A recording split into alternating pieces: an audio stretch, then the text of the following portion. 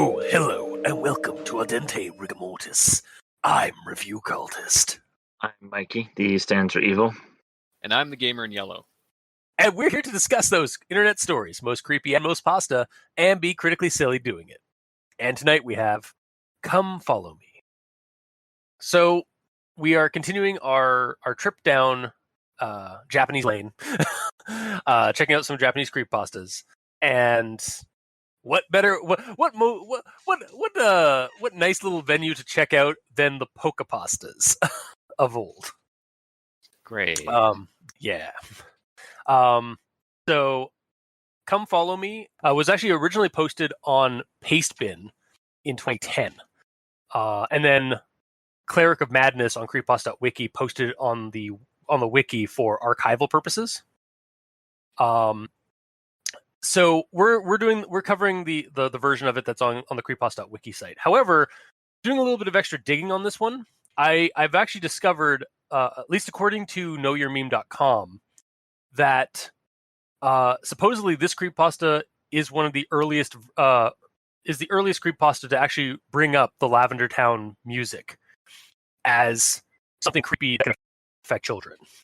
And I mean, we did an episode with, I think, Matt from Drunk and the Ugly, like years ago, about Lavender Town syndrome, or like we did it as part of like another alongside another creepypasta that we were doing, like Pokemon Black, I think.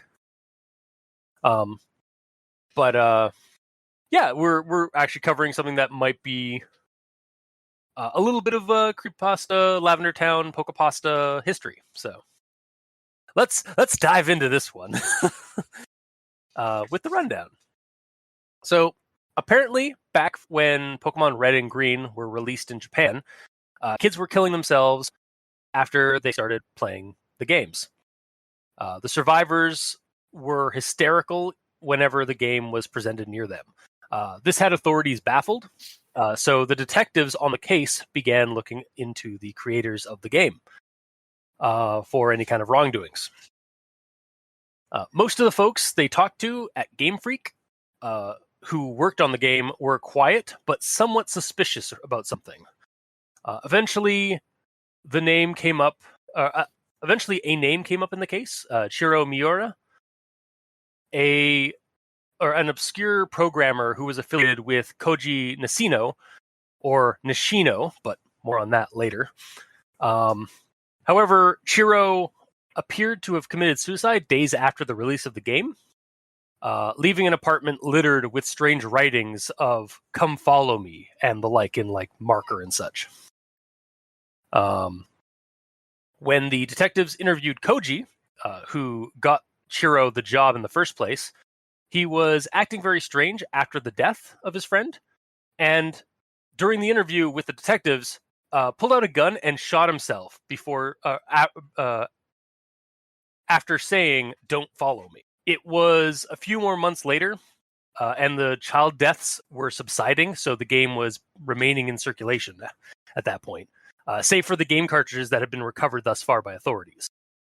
When a strange woman gave one of the detectives a letter from Chiro to Koji, which talked about this great idea he had to put in the game, and some kind of secret to be found in the game. Then the detectives learned that Chiro worked with another programmer as a team on the game, Sausuke Tamada. When they went to talk to him with an audio recorder as the only record of the following events, it was revealed that Sausuke was the mastermind behind this event, and that he had Chiro put some secret in the beginning of the game where you walk into like the long grass without a Pokemon shortly before Professor Oak comes and picks you up and takes you to go get your starter. Then there is gunshots and gunfire heard over the audio recording at Sausuke's place, and the detectives that were interviewing him and Sausuke were found dead later in Sausuke's apartment. The case was then closed, and the only detective left the force shortly after. So then we cut to 10 years later, and the same detective decides to check the container with the evidence of the game cartridges, and play one of them on a whim. He has a Game Boy from his dead son. He also has a dead wife, FYI. And when he goes into the long grass section of the start of the game, he finds the secret. It's a message from his dead family, and they want to see him again. Overwhelmed by emotion and grief by the messages eventually cease, and the game continues as normal, which causes the detective to panic, wanting them to come back and actually want to talk to them because, again, they're his dead family. Then dozens of ghost children, those who died a decade ago, and Sasuke, appear in the offices with the detective. And as the children clamor toward the detective and the Game Boy that he's holding, Sasuke pulls out the detective's old gun from a table and hands it to the detective, who gladly shoots himself so that he can be with his family again. After his body is found, the authorities burn all the cartridges in lockup, and that should be the end of it. Except that, as the disembodied narrator points out in the story, the program is probably still in other cartridges, even ones that are in other languages and outside of Japan. So, if you have one of these older versions of the game in a Game Boy cartridge, maybe try and see if you can find the secret in that long grass. Yeah, or don't. Maybe just stay away from the long grass. Yeah, or don't. Since we know the secret. But yeah, that was Come Follow Me, the rundown of it. Now I suppose we'll move on to Everyone Tolerates the Grammar Inquisitions. At this point, I've got a lot. Cool. Yeah, I've got a fair amount. So let's not dilly anymore. I'll just dive into it again. Did you say let's not dilly anymore? I think I was like trying to do like dither or like dilly daddle. I don't know. I think it's dilly dally. Yeah, I think it's dilly dally, but I think I've also heard like let's not dither any further. Okay, that's fine. But yeah, without hearing that daddle, you're like leaving me hanging. I'm like, he has to say it. it's like if I it's went, a oh yeah. It's shaving a haircut. And then just didn't do the Yeah. Yeah, you're I forget. You're a cartoon character and you can't resist the temptation of the shave and the haircut. Yeah. Knock. Of course. Anyway, moving on. Gonna start with this one. A few cases recorded children who had began sawing off their limbs, others sticking their faces inside of the oven and choking themselves on their own fist, shoving their own arms down their throat. Okay, I forgot how funny that last bit was to me.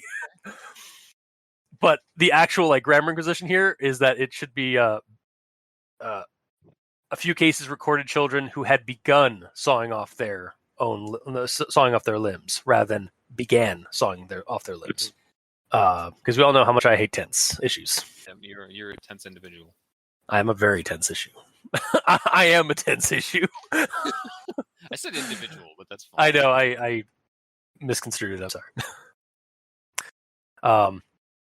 And then the next one I have here, he lead them to the main programmers of the game, the people responsible for the actual content. And to this, it was supposed to be he led them to the main programmers of the game. Isn't lead and led the same, like read and read? No, I mean, yes and no, because like, so fun fact, to lead is LEAD. The metal material lead is LEAD. But I hate the English language. He led someone to something is LED. If you say so. Yeah. The English language is just a tapestry gamer. It's layers upon layers of shit. Yeah, I was gonna say shit. Stitched together like a Frankenstein monster. Yeah. It's just a fractal. But moving on to the next one here. It seemed like he was hiding something, but he wasn't giving away. Giving away what? So I corrected the story so that, or I corrected the sentence a little bit so that it read, it seemed like Takanori was hiding something, but he wasn't giving anything away. Yeah, that sounds right. That works. And I added Takanori because, like, when I was reading it, like in conjunction to the next, or like the sentence before it, it kind of like, I was like, I know it's Takanori, but for clarification, it should probably just say like Takanori led them, or it seemed like Takanori was hiding something. Who else would have been hiding something in that situation? The detectives? I think I just wanted some clarity of like exactly who was hiding something for that one, which is why I added Takanori's name. Fair enough. And then the next one here, they few words they could find in the mess was "Do not enter, watch out, and come follow me" in bold. So I think it should be the few words they could find in the mess, and then maybe one that I just picked up that I apparently didn't take a note on, but I noticed it when I was reading it the first time. So the few words they could find in the mess were "Do not enter, watch out, and come follow me" versus was "Do not enter, watch out, come follow me." Does that sound? Does that? Am I wrong on that one? I think "were" sounds better because it's two things, right? It's actually three things. Well, it's multiple. Multiples. Things. Yeah. Yes. So yeah, I think in that instance it should be "were," not "was," because it's talking about, and it even says like the few words they could find. It wouldn't be "was," because I feel like "was" would probably be used for a singular thing versus multiple. Yeah. And it's also they few words. Wait, what does it say? What? In the story it says they few words they Yeah. could find. Yeah, So. that's the one. I corrected that with the few words. Yeah. Yeah. And then the next one here, which is actually, I feel it's a pretty big issue, grammar-wise, but I'll dive into it here. It was troubling, but the authorities finally persuaded Nisnino to sit down and speak with them. Okay. So this was the first offender that I caught on the spelling of Koji's name, Koji Nishino. Because, and I looked back at it, and I actually went and eventually started looking at some of the names that was being dropped, and most of them were real people's names, from Game Freak and like the team that made Pokemon Red and Green. So Koji Nishino, so the last name is Nishino, is never used. Like Nishino is never used. It's always either Nisino, so like Nisino, or we have the single, and this one prompted it was like Nisnino, where it was Nisnino. So yeah, every time in the story they get part of his name wrong. And now maybe it's supposed to be slightly different to try and not base these on real people.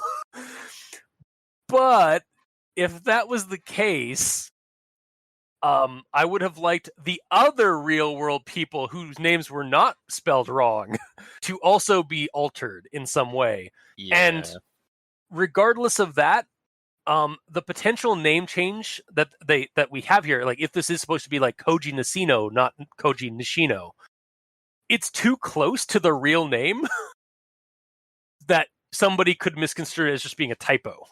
Mm-hmm. Especially when all the other names like Satoshi and Sasuke and them are all all those names like that are brought up.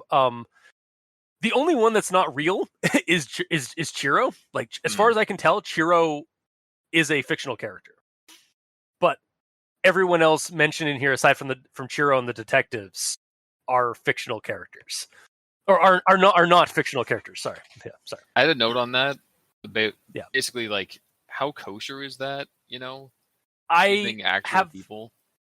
Yeah, I actually have a whole bit of it in my actual thoughts. Okay. But yeah, so I don't know if you want to save it for there. I'll save. Okay, cool. Yeah, we're gonna talk about that in a second, in a hot minute. Already done. Okay, but yeah, so yeah, the name it should be Koji Nishino, not Nisino or Nisnino, is what I was getting at for the grammar inquisition here. Yes. And then my next one here. When asked if he knew anything about the children who had died after exposure of the game, and if it had any connection to the game, he answered them seemingly carefully, choosing his words thoughtfully before answering. That's a little run-on, I just noticed. But the actual issue here is children who had died after exposure to the game, not of the game. Yeah, that does sound better. Yeah. And then the next one here. The detectives pushed him more and more, searching through his mind for any and every scrap of knowledge this man had no game and Chiro's intentions. This man has no game. He has no game at all. Yeah. But I think it's supposed to be. So yeah, searching through his mind for any and every scrap of knowledge this man had on the game. No, he has no game. Yeah, he Clearly has says no game. that. Yeah, but it's supposed to be, I think anyway, had on the game, not no. I don't know about that. Yeah, I know. And it's like yeah. Nailed it. Yeah. Woo. Moving on. Most of them didn't even know Chiro, and the few who did only see him. Sorry, I almost fixed. I didn't even fix it. Most of them didn't even know Chiro, and the few who did only seen him once or twice working on the game itself. So, I feel like there should be a So the way I'd fix this. Most of them didn't even know Chiro, which is already there when. From the original version, and the few who did, only saw him once or twice working on the game itself. So just change that scene to saw because only seen him once or twice. Kind of sounds weird. Next one here. This one might be a bit of a nitpick, I'll admit, but I'll just jump into it. I'm doing a lot of diving and jumping apparently in this episode. Very spry today. Yeah.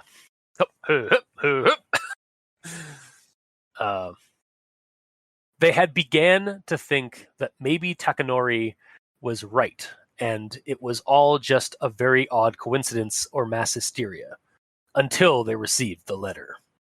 So I feel like it should be they had begun to think that maybe Takanori was right, not they had began to think. That tense issue again. Yep. Tense wise, that seems All right, cool. I am validated with my tense, with my my tenseness. Next one. He talked about a glorious idea he had, a way to program something unseen in any game before. Wait.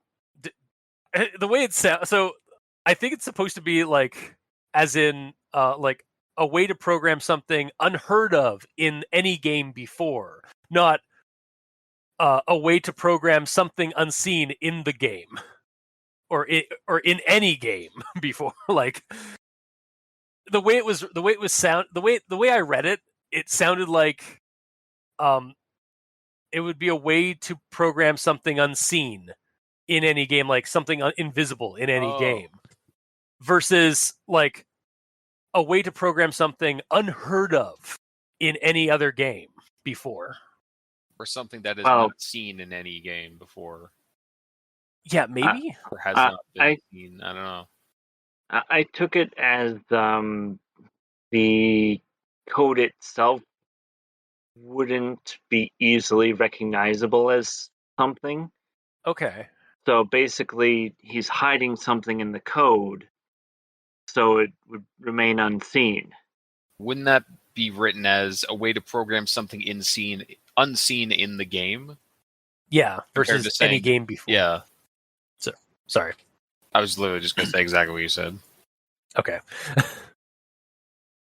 Yeah, because the way I heard it, the way I read it, it was just like it sounded like he was talking about any other game. Like this has the potential to affect other games before, but then it's like the before part. Like it's like, well, what?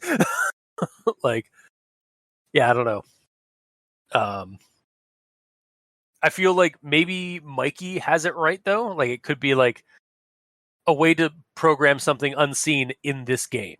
Mhm. Yeah, but wasn't it dropped later on that it was something that was hidden in the game? Yeah, it was. I think it was like basically the Because this would drop that earlier if it's saying it now.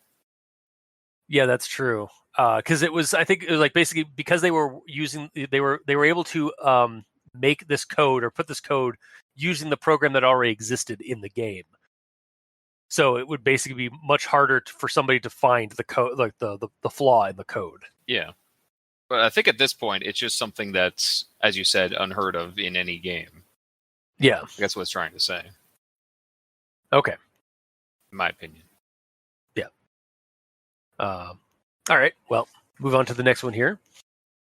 Asked Sasuke finally, breaking the eerie silence, but replacing it with his voice.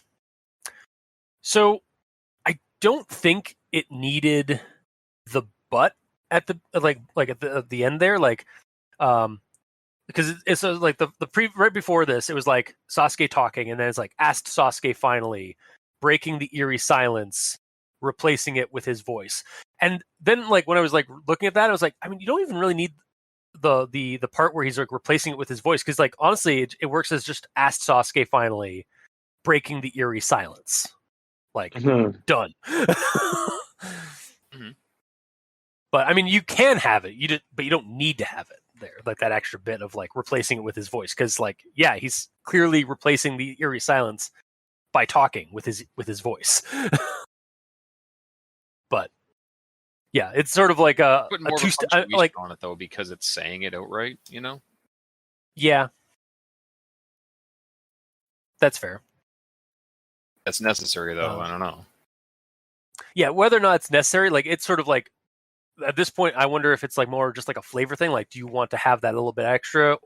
Because you don't need it, but you could keep it. It's just like it's not necessary, because it depends on how you want how much emphasis you want to put there. But I'll move on. You want to know, or you want to know what is this all about? So I know it's dialogue, but I feel it should say what? Go ahead. Okay. You want to know what this is all about, not what is this all about. Yes. Yeah. However, it said specifically that this is unedited audio recording. That's true. So maybe And the he's like, translation. yeah, that is also true. Yeah. That's why I said, that's why I put the preface. It is dialogue, but because this is a story, this is a piece of fiction. You just want to be in the nitpick nook, don't you? I mean, it's just the couch is so comfy. It's so nice. Well, of course, it's got even your ass because you're in there so much. Yeah, and I mean, like the armchair, or like the arm part is like really good for like just keeping a drink on. It's where I can have my coffee. Yep, that's why we catered it to you, because you're always in there. Yeah, I got my spot, my ass cheek mold. Anyway, move to the next one here. Just to hear that thank you when you receive the finished product. That was his reasons. So again, I think this is dialogue. When I don't have any of the quotes behind it, but I think this is like Tamada talking, or Sasuke talking. But I feel it should be finished product, not finish product. And Depends. Are they working out of Finland? no, it's Japan. Then yes. Oh, okay. And also, that was his reasons. I feel should be that was his reason. Not so like just not plural. Yeah. But I'll move on. Digress. Yes, I was trying not to say it, but here we are. I could control his flawlessly. Sorry? I think it should be I could control him flawlessly. Mm. And then the next one, a sound of a window opening could be heard, followed by the detectives. Should be followed by the detectives with the ed at the end of follow. And then the next one here, although he was no longer in the force, he still had access to files and was helped when he could. I think that should be a would. So it's like he still had access to the files and would help when he could. Or just remove it and just helped when he could. Yeah, that also works. Yeah. No need to put unnecessary words in. Mm-hmm. And then this one's not going to be really. This one's a little bit harder for me to say it like when I read it, but I'll bring up what the problem is after. Said Sasuke, picking up the gun and putting it in the lead detective's hand. So detectives it's like detectives as in like plural detectives. Oh, yeah. It needs the apostrophe at the end, like between the detective and S. Also, I feel like detective should be capitalized since it is the lead detective. Uh-huh. Sure. Yep. That works. And then yep. And then we're getting to the last three, guy. We're at the. I can see the finish line. Yeah. There's a bunch of fins at the end there, just rooting me on. His brain spread the wall as he fell to the ground dead. I think it should be his brains sprayed the wall as he fell to the ground dead. Or spread along the wall. Yeah. If you really want to spread somebody that just got a big, somebody just got like a nice butter knife and just spread his brains along the wall, like bread, like jam on bread. Delicious. Yeah, I had spread all over the wall. That would have been good too. Yep. And then the next one here, there would taunt no more. I think it should be they would taunt no more. What's that part in reference to? It's in reference to the all the game cartridges being burned and like being disposed of by the authorities. And it's like they would taunt no more. Do they taunt? Well, because like taunt is a word like that can be used like for like they would like influence or they would aggravate someone no more. Like because that's kind of what they do is they basically they affect you. Yep. In some negative way. So yeah. And then this was I think near the end of the story. If you have an old Pokemon game, you can place the cartridge in the back of the classic Game Boy, turn on the system, and roll the wheel. Who knows? I feel like there needs to be a period between wheel and who, so that like there's some kind of a break there.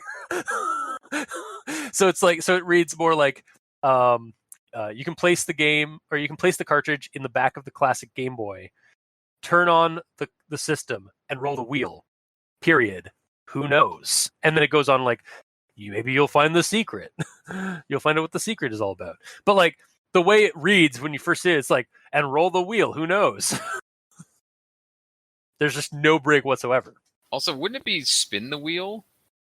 It's like they mixed spinning the wheel and rolling the dice together into roll the wheel. What are they, me? Yeah, like exactly. Mixing up these weird like the different euphemisms and metaphors together. Yeah, that's your job. I know. I totally didn't write this. No, of course not. Disclaimer, Damn. I didn't. Disclaimer: I did not write this. Sure you didn't. I don't believe Yeah. you. Okay. So that seems like the perfect time to like throw that like that joke in. Yeah. That gag. So, but yeah, that'll do it for my grammar inquisition. So, Mikey, the E stands for evil. Well, you got all of mine. So onwards to a conjunction junction. Okay. And next stop, conjunction junction. Doot, doot. It was a strange case because many children who had the same games did not show this behavior, but only a few. It seemed like he was hiding something, but he wasn't giving way. It was only a rumor and had no real definitive backup, but it was still something to look into. It was troubling, but the authorities finally persuaded Nino to sit down and speak with them. It seemed Chiro had convinced Nacino to get him in on the project, and it had worked. It would serve as an extra, a kind of out-of-place thrill for the player. It wasn't, however, missing no. It couldn't be. It was when they asked about the notes found in Chiro's home that he snapped. It was too quick for the police to react. It was done. It seemed all leads had finally died. It was as if they were keeping a secret.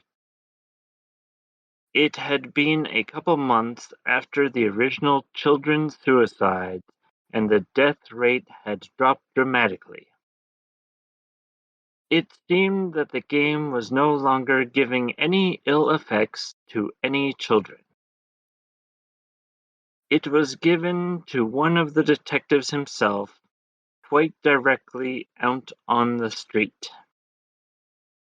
It was a woman who gave him the note, a very frail, thin, sick-looking thing. It was a letter written by Chiro himself, but it wasn't one found at his apartment. It was a perfect way to hide whatever this was. It was just his name, written hard in the letter where the paper almost broke through. It was only his name. It seemed the detectives were a little uneasy about this man. It sounded like he was trying to maintain his voice, and then nothing. And now, even the creator, the cause of this atrocity, Sasuke, dead. It was killing anyone and everyone who got involved. It was far too late to pursue any of this. It was his son's, but he had died a few years ago. It was normal, average. It just sat there, and so did the detective, completely frozen, as if time had stopped just for them. It was his wife and his child. But right now, he didn't see it as something that caused pain or that killed. It was shining. It was light. It was something that could set him free. It was a few days before the body was discovered.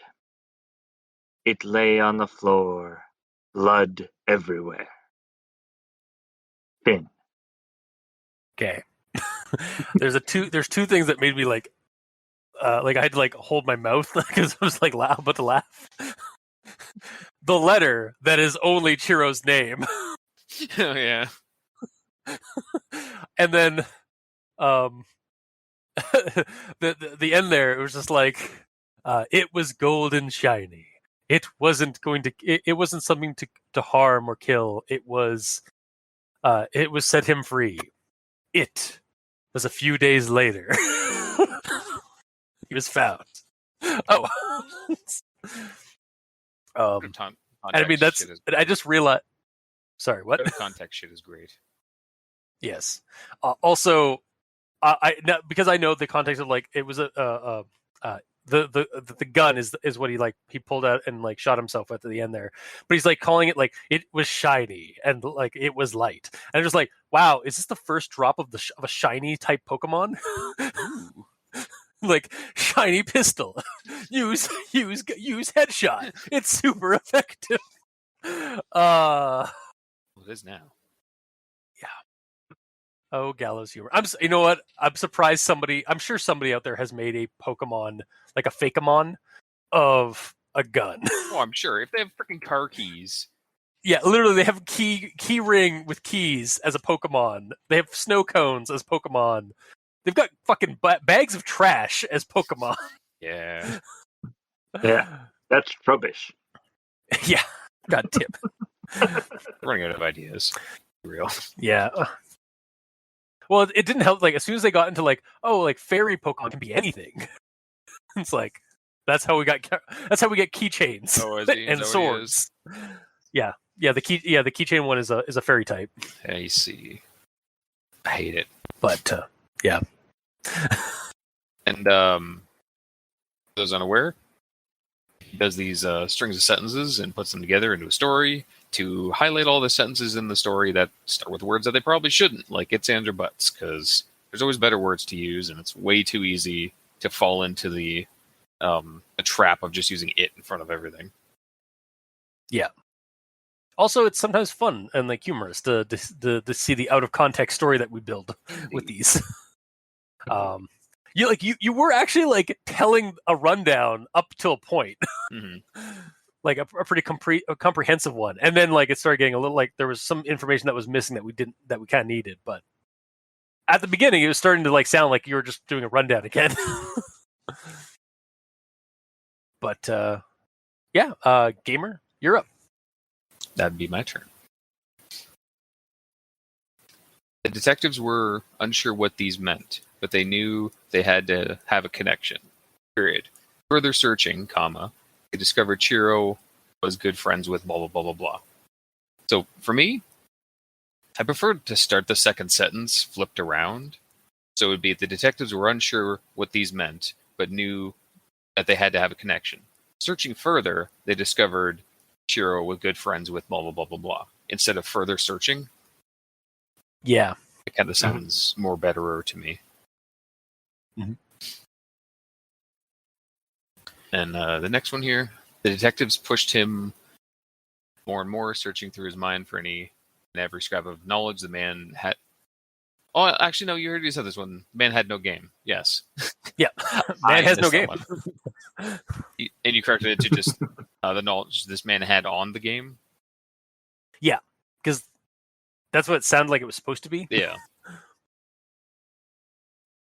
I also changed it to so knowledge this man had on the game, comma, Chiro, ellipses, and Chiro's intentions, because it's sounding like they just want the information on the game and Chiro, but not necessarily his intentions. Yeah, that's true. It's like it's three things, but it's spaced out into two things. You know what I mean? Yeah, I mean it does say like so. Maybe that's why the ellipses is there. So like it does say like the man knowledge this man had on the game and Chiro ... and Chiro's intentions, like they were like adding on like, to it. Yeah, like I think that maybe that's what they're trying to get across with the ellipses there. Yeah, you might be right. Like they've second guessed to themselves like, oh, also we want Chiro's intentions, not just information on Chiro. But also this is being read to us by a narrator. This isn't that's true. transcription. Fair. Because, yeah, you don't go and this and that and that. Either way, moving on. My next one is kind of weird.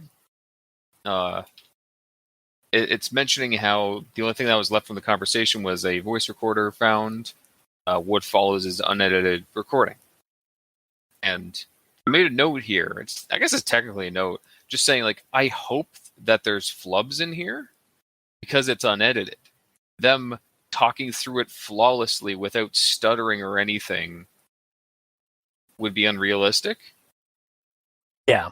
And for the most part, they did. They just spoke really cleanly. There's that one accident, that one little typo. But I feel like there should be more ellipses or, like, you know, like saying the wrong thing and having to restart it, you know, because they're having a conversation. And what's given to us is a one-to-one voice-to-text transition from that onto the page, right? Mm-hmm. Yeah. So it just felt really clean, like they were actors reading a script instead of dudes talking, you know? Yeah. So what I'm hearing is my two grammar inquisitions on that section are null and void. Yeah. Because from your perspective, because, like, yeah, you want, like, the flubs actually create, like, the immersion level of, like, okay, this is a unedited recording that we get. Well, saying the wrong word like that, like, yeah, sometimes that happens, but he would immediately correct himself. That's the thing. Yeah, true. And so we actually should have gotten a little bit extra. Yeah, there should be, like, a couple of uhs and stuff like that, because that's how people talk. Yep. I can attest to that. This next one now. Your partner, his name was, the detective was quickly cut off by Sosuke eerie voice. It should be Sosuke's eerie voice. Oh, yeah. And then this last one, a shot could be heard loud enough to distort the audio. Sounds of screaming, murmuring could be heard. The table recorder was on crashed. I thought for sure you were going to say the table recorder was on crack. That too. Pretty close, though. It was on crashed, which is a different type of crack. It's like high-level crack. Yeah. But no. So a simple comma can fix that. So it would be the table the recorder was on crashed. Mm. Or broke, maybe, if you want to switch it to that. Yeah. Also, damn it! Now I'm trying to remember what the Shadowrun. Sorry, Mikey. Drug is that's like basically super meth or Kamikaze? super crack. No, not kamikaze. It's basically like poor man's, like, oh, this is bugging me. it's like a gang drug in the game. Fuck, I cannot remember it. I don't know why this came up, but, like, Shadowrun drugs. Do you want to search for that? Yeah, this is super important. Crash. It is. I was Crash. Yeah, Crash. Yeah, okay. No, but I don't think that's the one I was thinking of. But, like, I know there's another Tempo. No, it's not Tempo. It's not. Fuck. I cannot remember what it was called. But it was brought up in our Shadowrun game. Sorry, Mikey. Like a couple of times, and in the campaign that I constantly listened to. Fuck, I'm completely gapping on it though now. Do I have to bust out the book? Or can I think I might have to actually bust out the book. Jesus Christ.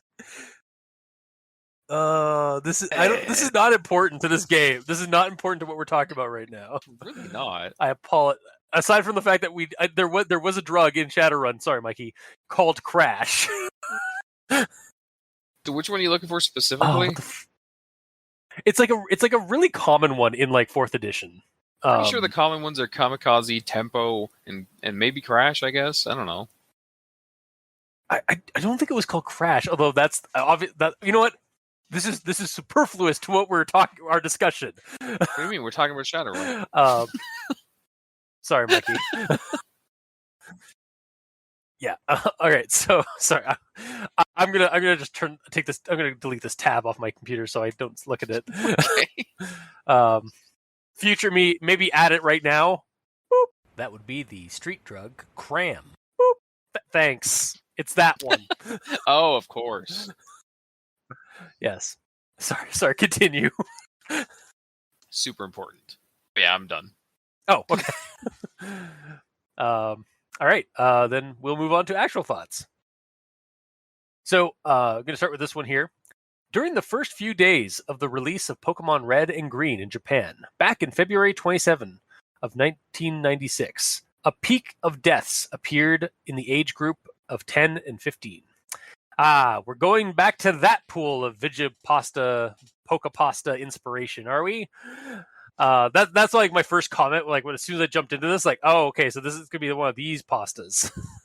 And like, I swear I heard these urban legends and like stories back in middle school and early high school. Like, I remember hearing like tales of like kids getting seizures or jumping out of windows due to like because they thought that a Pokemon was going to show up and save them. Sorry. I'm a child today, apparently. Yeah, it's fine. Today? Shut up. By the way, I know you. And again, I don't know. No, sorry, go. Oh, I was just okay. I don't know the validity of them. Like much. Like I don't think there is much validity to them. Like I know the seizure cases were true thing, but that was more in line with the TV show, like an episode of with involving flashing lights and like Porygon. So like that's the show, that's not the game. But yeah, it seems like Pokemon is just really easy fodder, like for people to come up with like dark conspiracy stories and creepypastas about it because of like certain like things in the game and things that sort of happen around the game. Like, and again, I don't think there was actually a lot. I don't think they ever actually tied the game to like a bunch of like suicides in Japan. I think that was mostly falsified or just like kind of conjecture. Mm-hmm. Because like you could do that to almost anything. Like, oh, this thing that just came out happened to be around when a bunch of like this age group of people was committing suicide. Like, unfortunately, in our culture and in our society, like that shit happens on the regular. Like so like when you adding statistics to something doesn't automatically make it like connected to something. Yeah. Just sort of most of the time, or sometimes it's just happenstance that something seems to happen when something is there. But it's interesting that Pokemon seem to, maybe because of Pokemon's like fandom and fame, and like how big it got, like it was bound to like have some kind of dark reputation added onto it. But yeah, that was me just going into the story right off the hop. It was just like, oh, okay, we're just diving into that part of the pool, are we? And yeah, I'll move on to the next one. Going back to the cartridges they had seized from the homes of the children, they decided to take a slightly more direct look at the games. They knew that it was these games that gave the children the ill effects. So they took extreme caution, popping in the cartridges and turning the console on. The game screen booted. And it was at this point, for some reason in my head, I just had this idea of like this is a super serious police case. And there's just a bunch of detectives with Game Boy Color, with Game Boys on in the offices, playing Pokemon for evidence gathering. Yeah, pretty much. It's the funnest case I just imagine like yeah, exactly, the most serious case. Yeah, I have a note on this as well. Okay. So they knew that it was these games that gave the children the ill effect. So they took extreme caution of playing them. Yeah. There's just a scene after they all like this. All right, gentlemen. your Game Boys. Let's see what we can find. And then like the next scene is just like somebody who went out to go get coffee for everybody. It's like, hey guys, the game. And he comes back to the bull pit, and they've all just like hung themselves or like cut their wrists or something like that. Like just they've all just like killed themselves. Like, oh, and he just like backs up slowly with the coffee in hand. Because yeah, it's like some kind of like basilisk hack or something that these games are causing people like to just like kill themselves. I mean, we find out what it is, and it is kind of like that. It's like a weird mind hack that happens. But yeah, Mikey, do you have anything more to say on it? Well, the fact that they know that it's these games that did it. Yeah. Like, they have no concrete evidence tying the game to the deaths at this point, yet they know. It says yeah. That's why. So they do. Yeah, this is very much an early creepypasta or urban legend where you just like we know they know like the connection's there. You just gotta shut up.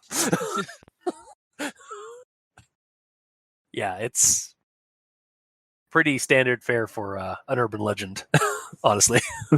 Yeah, about all they know is that the games give survivors a negative reaction, but that doesn't mean that the game itself did it. Like, for example, in the movies, you see people being tortured or interrogated with like jumper cables, but do you blame the jumper cables or the bad guy wielding them? You know? Yeah, exactly. Yeah. So, like, well, actually, that it's like with the kids, it's basically like what would be a realistic thing for the cops to say is that it's basically a PTSD response to the games, not the games themselves that did it, but the games were some kind of focus during some weird shit that went down with the kids. Yeah, it is strange that they'd go immediately for like it's a supernatural there's something wrong with the game. Yeah. Yeah, exactly. Yeah. Yeah, it's definitely like in a real police procedural or like a police like investigation, I feel like they wouldn't immediately they probably would have somebody like look at the game like thoroughly and like look at the code maybe to see if there's something in it, but like it wouldn't be an entire group like a group of them doing it. Like, and they wouldn't do it like that would probably be like they'd maybe have like they'd bring in like an expert maybe to like on the game or like they probably cut this whole section out like of like a bunch of them playing the game to like see what they can find and just immediately go to Game Freak. It's like, hey, we have some questions regarding your game. Yeah. But I digress. I'll move on. Okay. The next thing here is actually regarding the Lavender Town music and how it, again, like there's the urban legend and creepypastas that we've tackled before called Lavender Town Syndrome, where apparently the music of Lavender Town, the original score, is creepy and stuff like that. It is actually creepy, like when you listen to it, and people have made remixes to make it creepier and spookier. But there's this urban legend and creepypasta roaming around in the early 2000s that like Lavender Town music caused like something in children whose minds were slightly who were still developing. And because of that, they were affected more viscerally to the music or like the tones that were in the music, and that was what was causing them to commit suicide or die. And that's the whole like Lavender Town syndrome thing. But we get this quote here in this story. They came to the stunning reality that it could not have been the music from Lavender Town that had caused such ill effects in the children, since it was impossible to reach that part of the game in such small amount of time and with only one Pokemon in their inventory. This brought them to the conclusion that something early on in the game had to be the cause. So at this point, like I hadn't done the search to like see if I could find more about this pasta and find out that this was one of the first mentions of Lavender Town syndrome or Lavender Town being used. But I'm also kind of floored that it doesn't use it. Like it straight up says in the story, it couldn't have been the Lavender Town music because they couldn't get there in the game yet. So I actually kind of really liked that part of the story because it seems like it's going to do something different than just oh, the Lavender Town music caused the creepiness, or Missing No caused the creepiness. No, we may be getting something different. Yeah, before reading this which- story at all, I'm like, okay, it's either going to be Missing No or Lavender Town. Let's see what it is. And then it starts talking about Lavender Town. I'm like, okay, there we go. Yeah, there we go. Wait, it's not the cause? How dare you? Yeah. So yeah, I was actually kind of like excited for a part of this because it was like going to be introducing something creatively new to the creepypasta subgenre. And then we got this part, but then we get this aspect of the story that kind of tackles with my with what I liked about the story. So starting with this quote here, it was when they asked about the notes found in Chiro's home that he snapped. From under the couch Nacino was sitting on, he whipped out a pistol, pointed it straight at the police while backing away a few steps. Then, just as quickly, he brought the pistol to his face. "Don't follow me," muttered Nacino, as he stuck the pistol in his mouth and pulled the trigger. It was too quick for the police to react. It was done. Nacino had killed himself, repeating slightly differently what was written on one of Chiro's papers. Is it weird when someone makes like a spooky fan fiction or creepypasta? Or this is kind of like a spooky fan fiction to a degree, of a real person who's still alive. Like, I'm all for using, like, for fictional storytelling involving historical figures who are decades or even centuries in the dirt. But to me, it comes off sort of in bad taste when you use a living person, or even like sometimes a legit company or what have you, like some kind of living or like present day person or establishment in an urban legend style piece of fiction, and kill off someone who's still alive Twice. Yeah, I looked at, like, I had to like basically look at every character in this story. Everyone except for Chiro are the real people who made Pokemon Red and Green. As far as I could tell, like, Chiro is a fictional character for this, but like Satoshi, Tamata, Koji, they're all like and like I cannot remember the Sosuke is Tamata. Oh. Junichi Masuda, the guy who composed the music for the game and Lavender Town music specifically. They're all mentioned in the story as like being sort of cagey and stuff like that, and then like at least like two of them specifically kill themselves or are gunned down by police in this story. But like a quick Google search will show you they are still alive and kicking. they're still making Pokemon games. Yeah, it's kind of weird. So it kind of like, not only like on the fact of like, okay, that breaks immersion, like these people are real and they're alive still, but also it sort of leaves a bad taste in my mouth, because like, why would you do that to somebody? Like, it always like it's always kind of a weird thing to like use somebody who's still alive for me and demonize them, or even like kill them off and then post that on somewhere. Like, it just seems kind of like you're potentially harming their reputation, or you're putting misinformation out there, even though it's clearly fiction.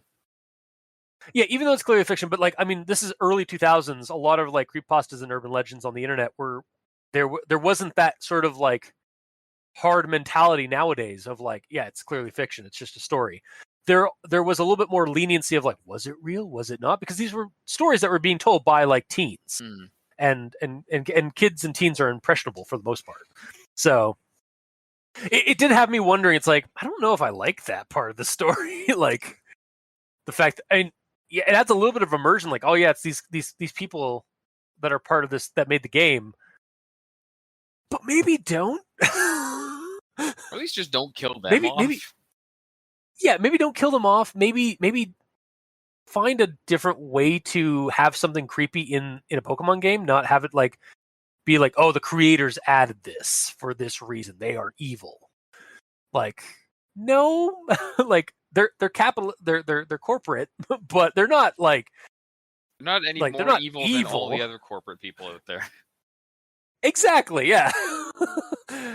Like, yeah, or I'd even I think for me, like Chiro being a fictional character, and being being inserted into the company to sneak in this sinister like game into this program into the first batch of games. Okay, that's kind of towing the line, but then and I could actually kind of accept that as like an interesting idea for a Pokepasta kind of urban legend thing. But the fact that it also later insinuates that like a real person, Sasuke Tamada, was the actual mastermind, and Sasuke He's talking like a supervillain and everything. Okay, I wasn't the only one who thought that. Oh no, hell no! He was like silhouetted behind the window.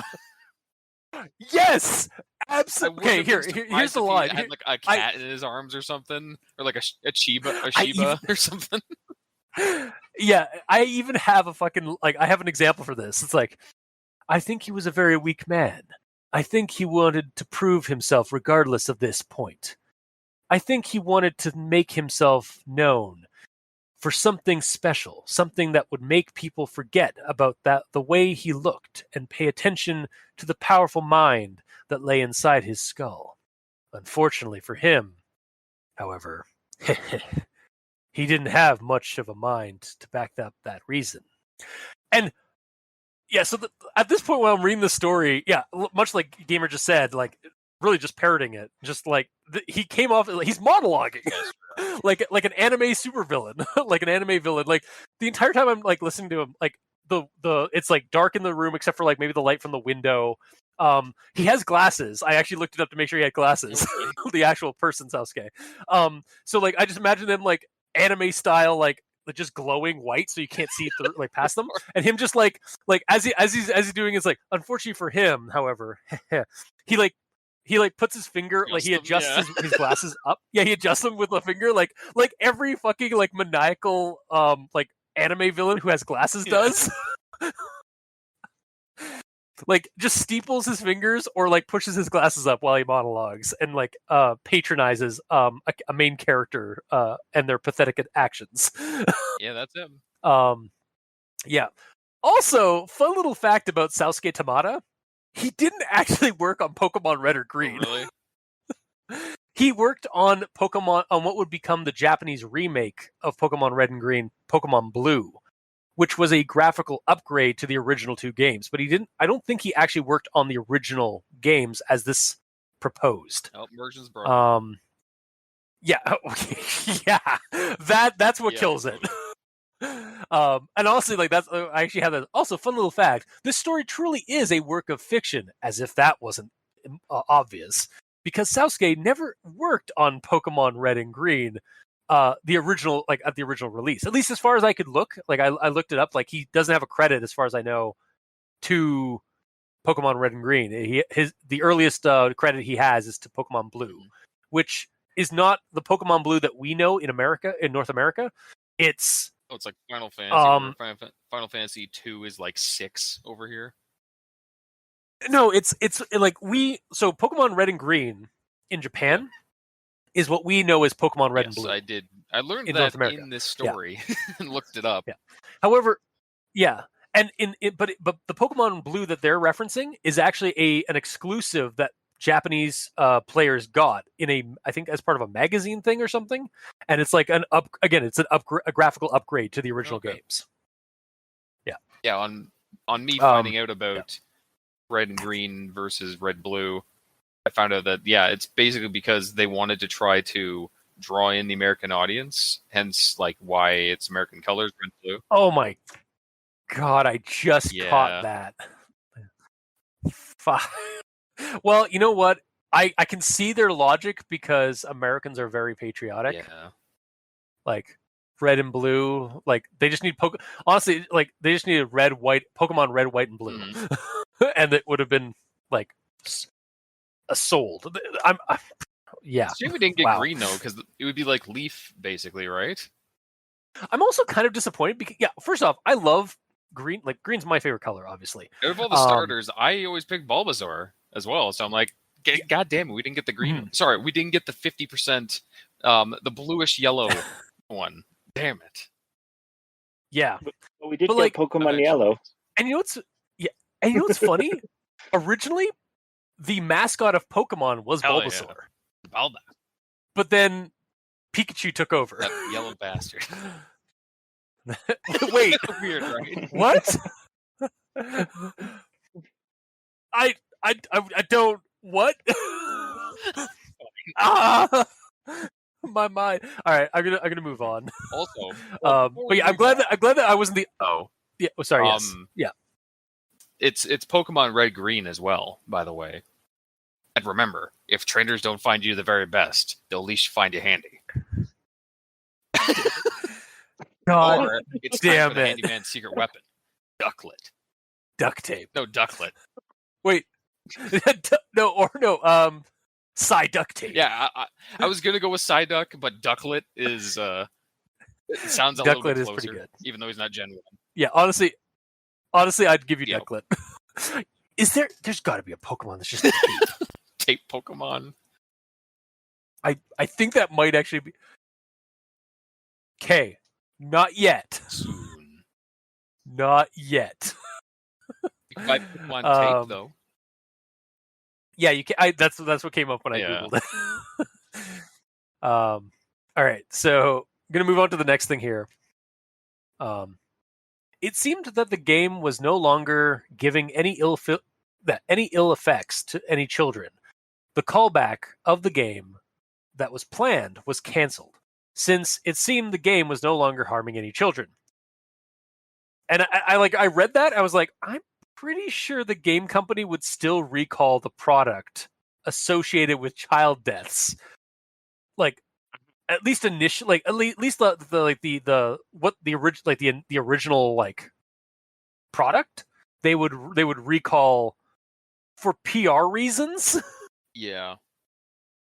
But I mean, yeah, like at least the first like wave of product, they'd bring back so that they could like relook at and like evaluate and then like test to see if there's something harmful in the game, and then they'd pump it out again. It's like Pokemon Green and Red. It's not going to kill your children this time. We swear. Pokemon Green and Red, neutered edition. No. But yeah, I mean, I don't doubt that they wouldn't like sell it. Like it wouldn't have been canceled. Like, and like they wouldn't stop. They just stop selling it. No, I feel like they still would do that because Nintendo is a big corporation. But they would at least like for PR reasons like recall the product back, regardless. But I'll move on. We've already talked about how Sasuke is really just a monologuing anime villain. 100%. Yeah, I'm so glad that like I wasn't alone in that, in seeing that in the game or seeing that in the story. And then the next one here, the police arrived on the scene quickly, and to their horror, they discovered Sasuke and the two detectives dead. They'd all been shot, but not after struggling. The detectives had been shot multiple times, at least 10 each, before dying after being shot in between their eyes. Sasuke himself had clearly died of 2 shots to his chest, straight through the heart. And you're too late. You give love a bad name. Yeah. So first off, that was ridiculous. Like just the gunfight that just apparently ensued. Secondly, I wasn't expecting it. Like I wasn't expecting Sasuke's demise to be gunfire. Because like throughout the audio recording that we hear or that we read and like hear, like Sasuke opens a window. Yes. And he's standing by a window and he's shuffling around it. So I was expecting him to defenestrate himself out a window and like fall. And the detectives were saying like, don't do anything. Like, don't stop doing what you're doing. It sounded like he was trying to do that as well. I agree. Yeah, like I think it even like says or something or like insinuates that like he got to the window and like was about to get out of it, and that's when they pulled their guns. But like then they all die. They're all dead in his apartment from gunfire. Yep. It's like, oh, well, that was that was breaking expectations, but I still didn't like it because I think it would have been. I guess I wanted to follow through. Like, if you're going to do this, you might as well follow through with your ridiculous death scene. So what the hell happened in that apartment? Yeah. Did Sasuke maybe Sasuke opened the window because he had two guns on the outside of the window, like in a bag, like ready for when the cops would show. So they think that he was going to jump out the window, but really he was just going to grab his guns, and he whipped them out in front and just like bang bang bang bang bang. Just like a big old gunfight, just a Matrix style slow-mo goes in. Yeah, that's the only thing that makes sense. Because like, shot yeah, 10 it times, was a firefight or something. Yeah, it's just sorry, it's just Willem Dafoe from Boondock Saints. Like, it was a firefight. Nailed it. He just had like multiple guns in his. He pulled them from the window, but he also had like another set of guns strapped to himself. So he was just firing multiple guns at the same time as he's getting gunned down by the detectives. This is so stupid. That's what happened, though. It doesn't say what happened, so that's what I'm believing happened. Yep, that's clearly what happened, honestly. Because like, how else did the detectives both die from 10 gunshots each, and bullets to the head? Yep. Like, Jesus. Okay, moving on to the next one here.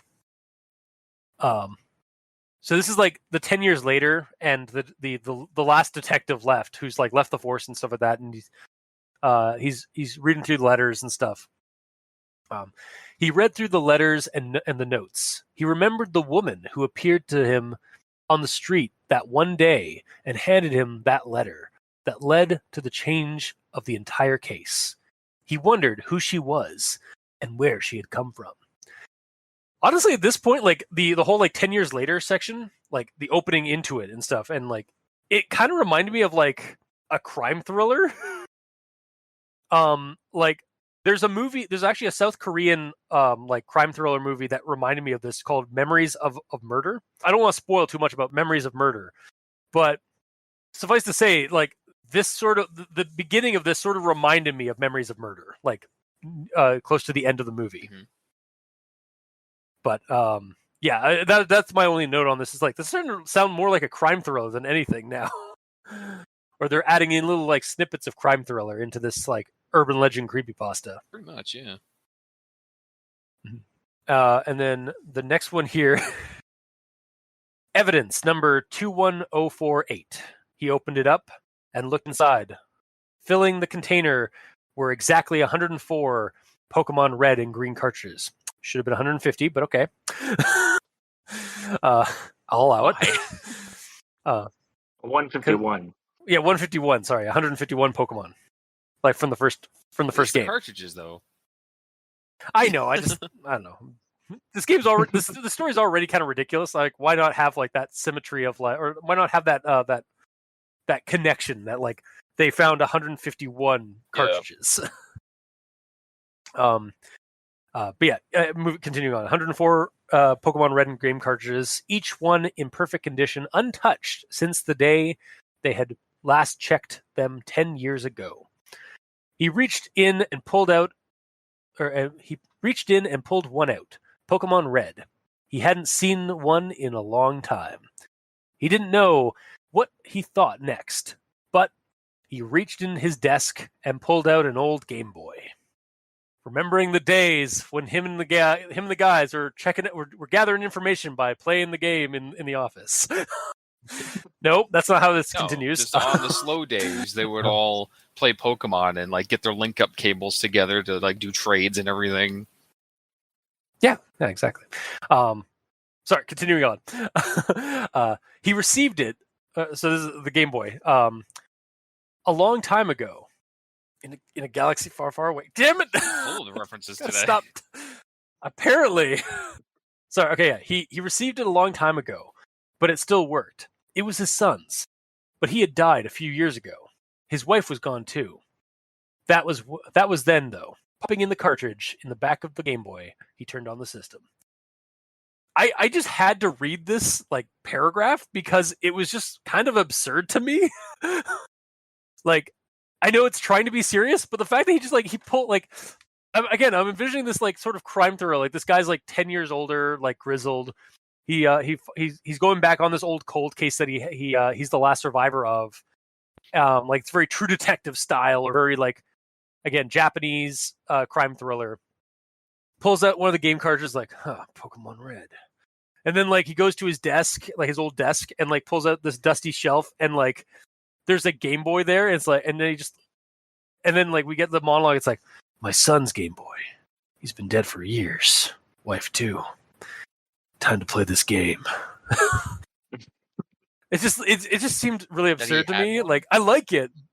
Yeah, it seemed like, yeah, it's just like really just hammering that in. Like, why wasn't there maybe a Game Boy in the container with the cartridge? It's like, because that would why be wasn't that in people to like kill evidence themselves. Well, no, because it's an evidence lockup, so it's not going to be played. Yes, but either way, the way I saw it, except for now, yeah, he has that as a memento, as something to remember his child by. Yeah, so that's why he had it with him. Yeah, I get that as well. I'm also being relatively critically silly regarding this, but and yeah, it also within the context of like the story, like we need to get this information that his wife and his child are dead, because we get the revelation of what the secret behind this whole situation is. So, and that is the lead detective's weary eyes grew wide. He couldn't help but read out what was there in front of him. Come follow me, come follow me, come follow me. I miss you, Dad. I miss you, my husband. I miss you so much. And at this point, I was like, oh shit, the game is haunted. Or they put a code into the game to make you want to kill yourself and join your dead loved ones. Some kind of like weird mind hack or psychological manipulation, I suppose. Regardless, I kind of like that idea. Like, it's actually not a bad, like, creepy Pokepasta, like, thing to do. Like, have this, like, weird Basilisk hack code in the game that, like, makes you, like, because it seemed like it basically, from the premise we get, the code is in there, and, like, it's the message that's sent to you, it isn't just like it's not just going to always say like, I miss you, Dad, I miss you, my husband. Like, it's probably going to, like, for all the kids that were playing the game, it was probably like saying something that was like traumatic to them, like, because like it was some dead relative or some maybe like a dead pet or something like that, or it was bringing up something like somebody who was dead that they loved and that they wanted to see again, to try and coax them into their suicidal tendencies. Mm-hmm. And I, again, as a horror idea, I really like that.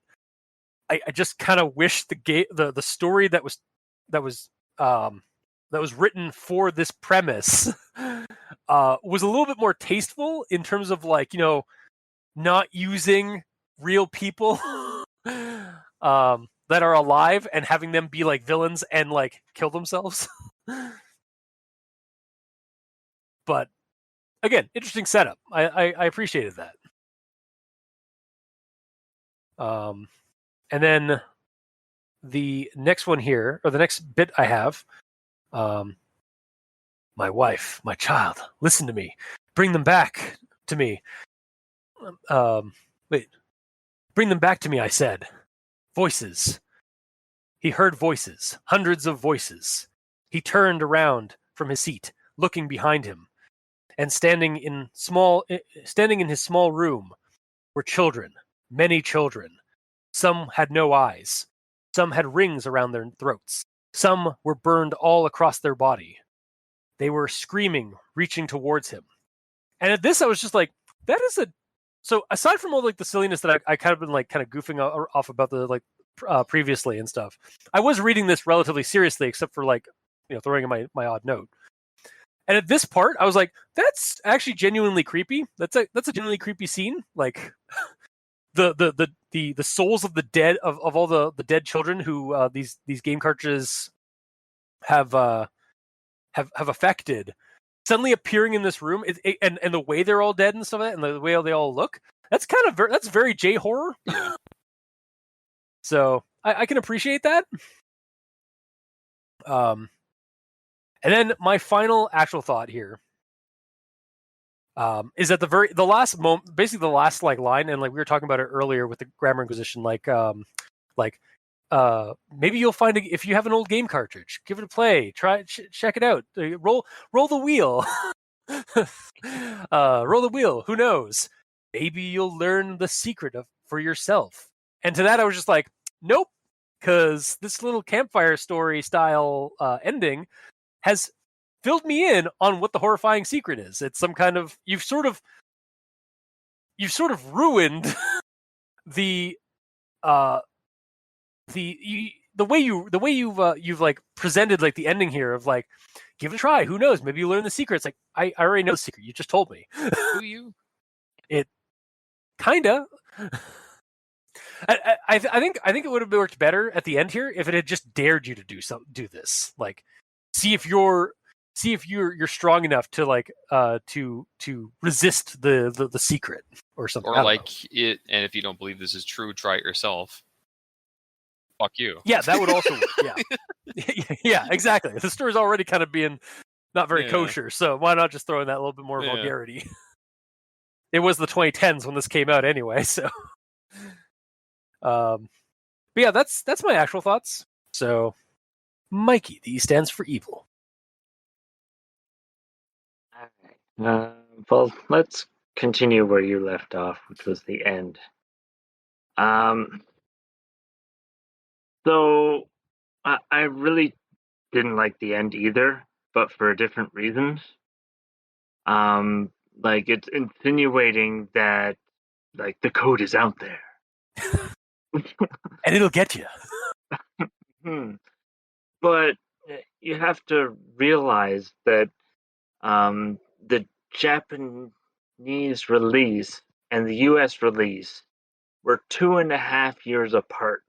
Yeah. Which is long enough for them to make many changes to the code. That is invisible. And that is invisible. Yeah. But they could have changed it without the people that put that code in there because they're dead. Yeah.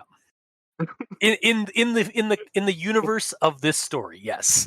Yeah. In the alternate timeline that is this story, yes. Yeah. Especially since they were recalling the game cartridges, so like the company knew there's something up with their coding, so that I would imagine like for the American or the North American and other language versions of the game, yeah, they would probably like when they're translating, getting the code and stuff like that, they would probably like look it over and see if there's anything fishy about it. Maybe they would miss it, like Gamer was kind of proposing there, but I mean, they might have been also thorough on it. Yeah. And honestly, if it was something in the code and not something supernatural, why isn't there a story about the US release and kids dying or from suicide and whatnot? By the way, like as far as I recall, because it's been a very, very long time since I've played the old school Pokemon games or any of them.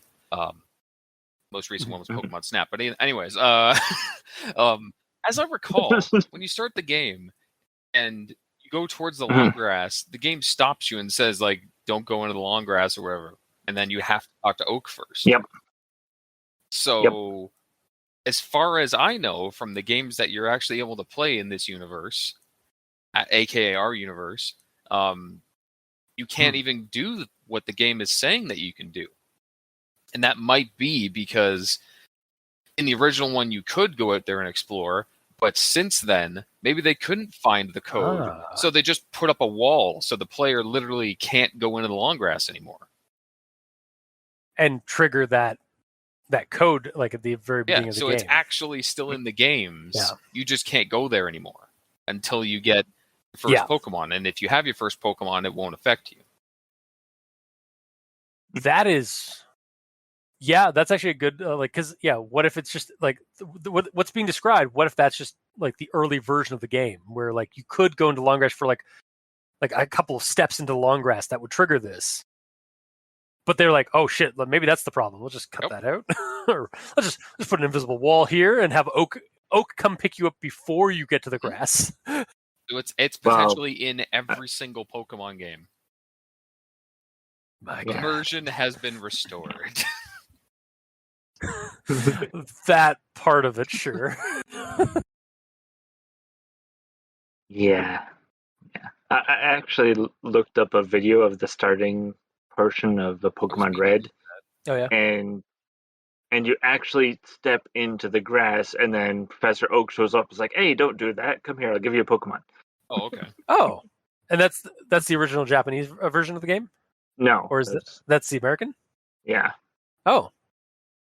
Oh, either way. And the other thing is in this story, it mentions that all the kids had one Pokemon. Yeah, that's true. Well, sorry. Continue. Or at least the ones that they looked at. Yeah. Because they had to find out how far they got into the game, and they all had only one in their Pokedex. Yeah. Yeah, but it might be... sort of... Oh, sorry.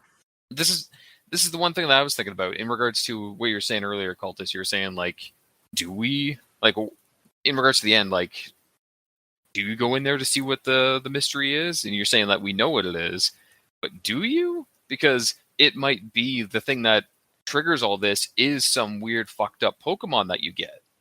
It's just you never know what it is because you're insane at that point and you can't tell people. Okay. Like maybe that's true. They do mention like there's always a first Pokemon. I kind of assumed when they were talking about like these kids like their gameplay wasn't very long and they only had one Pokemon in their inventory. I assumed that like once they got into the because it mentions when the detective plays the game and like that gets that message, the message cuts out and then the game resumes as normal and Professor Oaks takes you back to his lab and you get to choose your Pokemon. I was thinking that first Pokemon that all the kids had was just their starter because they got to that point of the game and then they just stopped because they were too traumatized after that point. But I do like the idea that like maybe the program is a Pokemon that's referenced in the long grass before you get a Pokemon. So you get that in your inventory, in your Pokedex, or you get that mentioned in your inventory, or it just pops into your inventory like without you even having to like battle it or anything like that. It's just you suddenly have that Pokemon that has the program. And maybe it's always different. Like maybe it's not just always a Rattata or a whatever the Pokemon there are, the Weevils or whatever that are in the long grass in the first part. I'm saying it's some weird Pokemon that Chiro made. Oh yeah, it could be that too. I just meant like maybe it's a new weird Pokemon that they've come up with because we just hear that like there's a Pokemon that's in their inventory, but they never say which one. So it's either an original one, or maybe the code randomizes the early Pokemon so that you don't know which one it's going to be. Yeah, the way I first thought it was going to be is yes, it's just you have a normal starter and you get into some fucked up place and that's where things go sour. But as it was describing how it was, where before you even get your starter, this is what happens. I assumed this was like the secret fourth starter Pokemon that's like ghost type or dark type or something evil. And it was going to be dark type before they existed in the game. Was that not in Gen 1? the dark type. No, yeah, there's no dark type in the original Pokemon games. There's ghosts and stuff though. Yeah, psychic, ghost, normal, rock. Basically the dark type. Like at the time of like when Pokemon first came out, it was like just ghost and psychics. It would probably be a ghost. Maybe psychic because of how much it messes with your head. Yeah, I think that. Go either way, honestly. But either way, missed opportunity to make a new fourth starter, like with evolutions and everything. Yeah. Especially since there is such a fandom for Fakeamon, like Pokemon that do not exist, but people have come up like created their own original. Like not just like I'm not just talking those websites that you can like hybridize Pokemon together like existing ones. I mean like the ones that like where people actually go out of their way to make their own custom Pokemon. Like I've seen so many like indie game developments in the last over the last couple of years of people making their own Pokemon game in the style of Pokemon with a whole new region and a whole new batch of 150 Nice. Pokemon. I was recently watching some videos that Ross from Game Grumps, Ross Donovan, was putting up, and he was saying that that the fans created he was doing some sort of Pokemon related thing where they made a new starter and everything for that, and it's this weird pink bulbous looking thing. Mm-hmm. So yeah, it's a thing. Yeah, no, there's a bunch of there's a bunch of you look up I think I can't remember some of the names, but there was really interesting ones where it was whole new region, whole new Pokemon, and they pop up every couple of years, and then unfortunately I think Nintendo tends to show up and just shut it down. Yeah, of course. Because Nintendo does that a lot with they are very, very protective of their IPs. Even if it is a free to play and fan made product that is just posted out there for somebody to download and enjoy. No money is transferred whatsoever. Nintendo is very sensitive about that. You're not allowed to have fun. Yeah. Except when you buy it from us. Yep. Again, C corporation. But yeah, sorry. I feel like we took over your spot there again, Mikey. What was? All right. Yeah. Well, I got my point across. I think. Okay. I think maybe. All right. Let's go back to the beginning of this. So the quote here is: "A few cases recorded children who had began sawing off their limbs, others sticking their faces inside the oven, and choking themselves on their own fists, shoving their own arms down their throat." Yep. To which I was like, there is a gag reflex, and just sticking a finger down your throat will cause you to throw up. Yep, that is true. Unless you're being puppeted by an evil spirit that's controlling your body to push you past your own limits. Yeah. Or you're just drowning in your own vomit as you're keeping your fist in your mouth. Down your throat. And do you know how much bigger your fist is than your mouth? Yep. So there's just so much wrong with this. I did definitely get a cartoony vibe from that. It was like, now the way I feel it would have been a bit more dramatic is if they were shoving their arms down their parents' throats. Okay. Okay, so homicide versus suicide. Yeah. Well, because a smaller arm is going to fit into more adult's mouth. Yep. You're not wrong. Yep. Well, and to what Gamer was saying earlier, maybe the children have been possessed by an evil Pokemon spirit, and it's just yes, kill your parents. Ghastly. Gengar. Just right down your dad's throat. We like to have fun here. All right. So my next actual thought here is when the lead detective decides to play one of the cartridges, but earlier it sort of determined that triggering the Pokemon or whatever in the first grass section is a rare occurrence. Yeah. And not guaranteed to happen. I would have been happier if he got to that area and nothing happened. he's just like confused, like this is one of the things, and I'm just doing it for shits and giggles, and nothing's happened.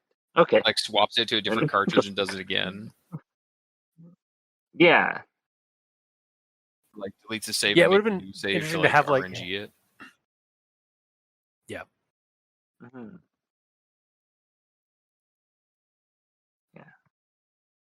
And just for clarity, that's like when he's like 10 years later, like that guy. Yeah. Like, okay. Yeah. Yeah. Yeah, because I mean, we've already determined that previously the entire precinct was playing it and had no ill effects. Yeah. Yeah. We didn't have. Yeah. That massacre. That sudden massacre of all the people in the bull pits didn't actually happen. That was just something that we threw together as a lark. Also, I believe it's bullpen, by the way. You've been saying Oh, is it? bullpits Okay. for decades. I keep meaning to correct you. Oh, I You apologize. should. It's fine. We're just looking What? up random Pokemon stuff. Oh God! Squirtle unmasked. It's actually a Teenage Mutant Ninja I Turtle. Donatello. It's clearly Raph. Donatello. Yeah. Raphael. Raphael. As he's like got his size, like Yeah. ah. Then Psyduck is like, Psy-yi-yi. Leo. He's like, yes, they are. God damn it. That is humorous. Yes. Anyway, so my next actual thought is about the burning of the cartridges. So, quote is, the last detective who was ever a part of this case personally carried all 104 cartridges away and burned them all, making sure not a single one survived. There would taunt no more. So, when reading this, I was like, there's still like 10 million cartridges in Japan. These Yeah. ones wouldn't taunt anymore. Hey, the authorities are just are doing their due diligence to make sure that this does not come back on them. Like authorities do, burning evidence. Yeah. It's one thing if it was like, it was seeming supernatural to them, and they're like, no one's going to believe us that it's supernatural because it totes is. So let's just burn this shit and move on. Yeah. But they have evidence that it's like just like it's mundane, you know? Yeah. They figure they'd just kind of like solve it and not burn it. Mm-hmm. Well, that was the end of my actual thoughts. Okay. Gamer. Okay. Let's see. What is left? Also, are you happy that we're doing another video game creepypasta? No, it's Pokemon. Oh, that's true. Yeah, it is a Pokepasta. Yeah, our track record for Pokepastas is very suspect. It's like if this was like in terms of Sonic quality. EXE 5. You're like, aren't you happy? No. It's a Vigipasta. No. It's like, no. All right.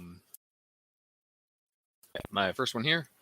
When asked why they were going to hurt themselves, they only answered in chaotic screams and scratched at their own eyes.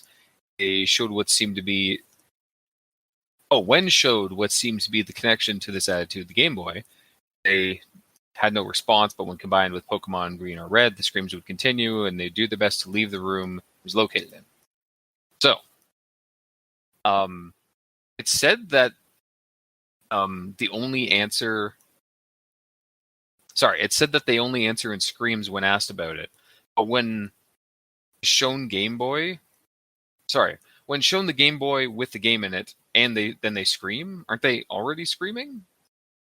If they're like, when they're screaming, not answering, Yeah, and then they show them the Game Boy and then they scream. Maybe the scream should Yeah, maybe intensify. How it should be. It's just like, as it's getting closer, like, I'm pantomiming, like putting a cartridge closer, Yeah, closer to them. of course. Like pulling it away, putting it closer, putting it Yep. away, putting it closer. Also, if the children only communicate in screams while scratching at their eyes, how do the adults know that the Game Boy is the connection? and that the Pokemon games are the trigger. How would they know to put 2 and 2 together like that? Yeah. Just like the first occurrence of this showing up, of the kid not actually killing himself, it's just a kid screaming in his room. How would they know it was because of that? I honestly don't have an answer to it, other than it's definitely I know. Yeah, it's because they do. Honestly, that's a trope in early creepypasta stuff. It's just like, and even urban legends do this, like where it's just like, I'm telling the story. This happened. The authorities clearly going to know that this happened, so that we can continue the plot. Again, some thought wasn't put into like how the string of events would correlate eventually to getting to this part. But we do kind of, for a story for to be realistic, we do kind of need a little bit of background beforehand of them like looking in and coming up with nothing else other, and then like finally the most, once you've eliminated all the other possibilities, the end result, no matter how impossible, must be the cause sort of situation. I guess I'm sure I've goofed up that metaphor. I got it. But basically, I was hoping for some more police procedural in this police procedural, because that's basically what it is, you know? Yeah, it definitely became a crime thriller sort of thing by the end, or you get those vibes here and there throughout the story. Yep. Honestly, I could see using this for like a very like for like a game scenario. Again, I wouldn't use Pokemon, and I'd make up, like, I'd satirize and make a make not Pokemon or not Nintendo, not Game Freak, not Satoshi Takada or Koji Nishino. Like I'd use original characters, like I'd use fictional characters and stuff like that. But I could see using this idea and like to run a game, like an RPG game, where you guys are the police looking into these strings of suicides, and over the course of the scenario, you'd find like it would like a lot of connections would be pointing towards this, like these it's something to do around in and around this game that all these kids have played shortly before killing themselves. But yeah, missed opportunity for that, basically. But moving on. Yes. Regarding Koji, the quote is he stunk. Not the actual person. This is just him in the story. Fuck. He stunk. His nails had grown black, and his hair was greasy, sticking to his forehead and neck. So I looked him up, and he's actually balding, and he doesn't have the kind of hair that could stick to the front of his forehead and neck. Yeah, I think, isn't he the guy who's like, he's in the game like, as a character? I looked him up, and like this is what he looks like. I'm posting a picture. To me, he looks like a Japanese version of your dad. I can't unsee that. Right? Wow. Yeah, that's. He looks like because I did a little bit of like looking at Bulbapedia and stuff. Because again, when I was looking up their names and stuff, and Koji was actually the model for some of the game sprites in the game that are like the big guy, like the big fisherman guy in the game. He's also apparently he was also part of the inspiration, I think, for Snorlax. Lazy. Yeah. He sleeps a lot. But yeah, no, I can't unsee that. Thank you, gamer. Dad Cultist is very much like a non-Japanese Koji Nishino. Like it's the facial hair and the balding is really the big thing. It's exactly what yours has. Amazing. Yeah. Moving on. Yes. He was willing to do a lot of work to gain recognition. This I do know. I think. Then there's ellipses, and then there's silence, and then yes, asked the detective, pushing him to continue. You think what? So I'm glad the detective jumped in here, because when I first read it, I thought he was saying that he thought he was willing to do a lot of work, not that he was cutting himself off. As in, he was willing to do a lot of work and gain recognition. This I do know, I think. Or the way it actually is he was willing to do a lot of work to gain recognition. This I do know. I think, and then he just stops. It's just that little bit of inflection difference made a lot of difference because I read it as the first way first. And normally I'd be upset that I just read something wrong and the story had to correct me, but it did just immediately fix it right after. So it didn't really bug me. And also, how else would you write it, Because how would you be able to tell the inflection of that? Because you would write it the same either way. Because ellipses have more than one use, just like everything. Yeah. You have to get used to that. I suppose you could go with him saying, I think, and then ellipses, and then say he said, cutting himself off. Because earlier on, there is narration like that. So that is a way that can be done like that, I guess. But again, it didn't bug me either way. I was just trying to think of another way to write it. Yeah. This is a grammar acquisition thing, but yeah, it's fine. Yeah. Either way, I'll move on. This is they're talking to what's his name? Sosuke? I don't even know how to say his name correctly. Yeah. Regardless. It's Sasuke. I'm pretty sure it's Sasuke, but what are you implying? Asked Sosuke. It sounded like he was trying to maintain his voice. We're implying that since you're his partner, if you're hiding something from us, then you could just as much be as responsible for those children's deaths as Chiro himself. You can't prove anything, Sosuke shouted. And tell us what Chiro did to the game, they shouted back. They showed it back. Then he says, what I told him to, and then silence, complete silence.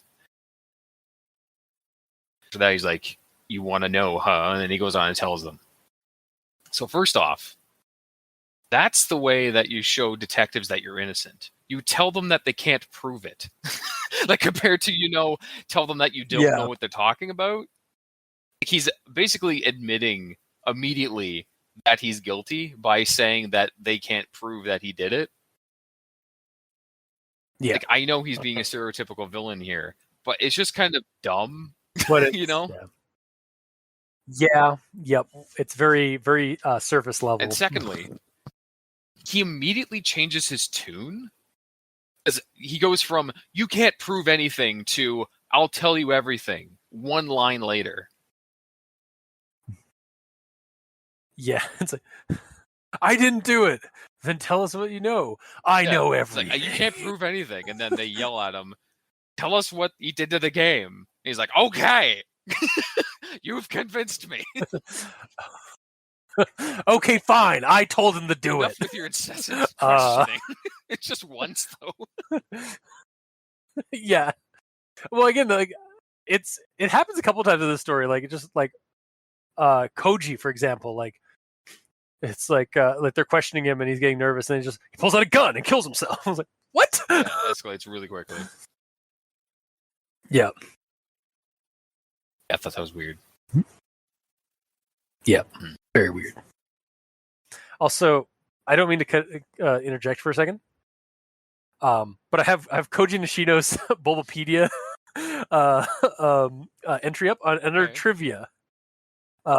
Snorlax's appearance and gluttony were directly inspired by Nishino. Snorlax's Japanese name, Kabigon, is based on Nishino's nickname and is derived from Kabi, which means mold, as Nishino had a habit for eating moldy food. Okay, I'm sure that's fine. So I love the trivia. You know what? Away from this game, away from this story specifically, I love Pokemon trivia, both in the game and out of the game. That is funny. Yeah. Yeah. I just had to bring that up because it was up on my browser. It's relevant to the situation, sort of. Yes. Anyways, moving on. Okay. The one thing he could do, however, was be manipulated. You could tell him what to do and he'd do it. He wouldn't even question it. He'd do it. Just to hear that thank you received when you receive the finished product. That was his reasons. That's all he wanted. 2 clicks from the detective's guns could be heard.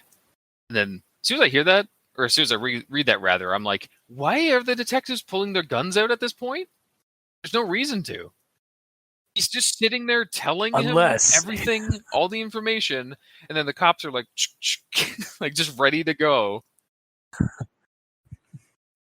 Well, you see, gamer, because we're the only context we have is this audio feed that we're getting. We don't see that Tamada is pulling out his own guns, like as he's finishing up the monologue. If that was the case, the detectives would be like, "Put the gun away, freeze, don't do that, yeah, fucking stop, no, put it down, no, sir, yeah." Calm down, sir. Dave Buckets. Yeah, that was one of the detectives. Dave Buckets, R.I.P. Dies eternal. It's fine. Anyways, yeah, I thought that was weird. Yeah. They're just pulling out their guns for no reason. I'll move on from that. Yep. Yep. We actually talked. I mean, you're right. Sorry, you are right. It is unusual. It's just like he's monologuing. We don't like monologuers. And the long grass thing we talked about. So the detectives had their guns aimed at Sosuke, and yet by the end of it, Sosuke was able to pull out a gun and somehow put at least 22 rounds into the 2 detectives, executing them with a bullet between the eyes, and then shooting himself twice perfectly through the heart, which I assume was self-inflicted after the fact. Oh, wait. You thought that was self-inflicted? I thought that was from the detectives. I thought basically they all fired at the same time, and like they got some shots in on Sasuke, 20? but Sasuke got like 22 shots on them. No, the way I believe it is the detectives are horrible shots, and Sosuke is John Wick. He just pulled out the guns and started shooting the shit out of them. Because think about it, he executed them. So if he was shot in the heart, he wouldn't have been able to go over there and just double tap them on the ground. So I believe he straight up just flawless victoried them, coup de grace them, and then shot himself twice in the heart because it was perfectly through the heart. Yeah. I have to ask because you are kind of the local gun fondler. Could a single pistol hold that many bullets? An FN-57 has a lot of rounds in it, but that's not when this story was a thing. Yeah. What kind of time frame we got? Like 90s? mid-90s. 96. I think around 96. I don't know, man. Well, I envisioned like 2 guns or a bag of guns on the other side of the window, like we said earlier. Yeah. All right. No. Figured it out. Okay. So, in, I think it was Borderlands 2, how there's a necromancer. Yeah. And that necromancer has a skill that does the longer you shoot, the more inaccurate it becomes. Well, maybe it's the reverse for these cops. So they're really inaccurate to the point where the bullets shoot backwards at them. So they were hitting themselves 10 times, but after the 10th shot, the last bullets are like laser accurate. Yeah. So they have there's a malfunction or a glitch. They glitched. They glitched their shots from like in Shadowrun. Sorry, Mikey. And they just shot themselves. It ricocheted back at them, or it's like that function on that gun that Zorg gives the aliens in the Fifth Element, where you do one shot at a guy, and then all the other shots, no matter where you're firing in the room, all turn and go right back to that location. Oh. Wow. Yeah, realistically, he probably did not have one gun that had that many bullets in it, unless he had like an M16 right there. You know? But it wasn't meant. He just, maybe like as he dies, he just like threw it out the window and it just fell into the bushes and like they Yeah. couldn't find it. I mean, FN57 was made in 1998. Yeah. Yeah. 1998 though. That's not 1996, gamer. Close though. I think by 2 years. Realistically, quote unquote, he probably just had two pistols. Or, reloaded. Yeah. We don't know how long the gunfight was. You know what I'm also mentioning is that one movie where it's like zombies like firing at each other and they're just shooting at each other like with tons of bullets and not dying and just damaging their bodies, but just keep firing at each other. I have no with like idea what you're Uzis. talking about. I think it's called Dead Heat. And it is. I need to see it because like I keep seeing this GIF or this scene of like a guy walking down a hallway of an office building, like going after like the bad guys. And he's a zombie, and he's got like an Uzi on him. And then like another guy who I guess is also a zombie, it comes out of one of the rooms and just starts shooting at him. And like he's like perturbed by like, oh no, I've been shot in the shoulder. And then he like turns around and just starts getting riddled with bullets in his chest. But he starts firing at the guy, and he just gets riddled with bullets in the chest. And they're both just firing at each other with tons of bullets. And eventually, like the one he like pushes the guy who like the bad guy back into a room, and then right before the door, like the automatic door closes, he like pulls out a grenade, clicks it, throws a grenade in, and then like flips him the bird, I think, and just like shoots a couple more shots into the room, like out of spite, and then walks away from the room before it explodes. Jeez. It's the whole like gunfight is like if you're playing airsoft and you're just shooting the shit out of each other. Yeah, just for the fun of it. Like the reason I know about Dead Heat is because I've seen it on Twitter like countless times as a GIF of like that scene and just like health points in tabletop RPGs. Yeah, kind of. Because it's straight up like, because like when you get like a high enough level, like you can just like take tons of bullets and damage and not die. Whereas like in a more lethal game like Call of Cthulhu or Delta Green, they have like lethality rules, so like, one shot can actually kill you. Yeah. But yeah, for like heroic fantasy, it's just like Dead Heat, where it's just like just while you're also firing back at the guy, and he's also like just like shaking with the bullet from the bullet impacts. And you guys are just whittling down each other's health points. Yeah. But I digress. I think we were talking about. I think you were talking about the absurdity of the gunfight. Yeah, just because we don't know what the hell happened, and in my eyes, Sosuke is John Wick. Yes, he just shot the shit out of him and then offed himself, because that seems to be what people do in regards to this story. Mm-hmm. There's specifically people that work at Game Freak. Yeah, Jesus, sorry, guys. Yeah, sorry. The people who are actually like these names, like who are real people and living today, and did not die in 1996, like the story portrayed them.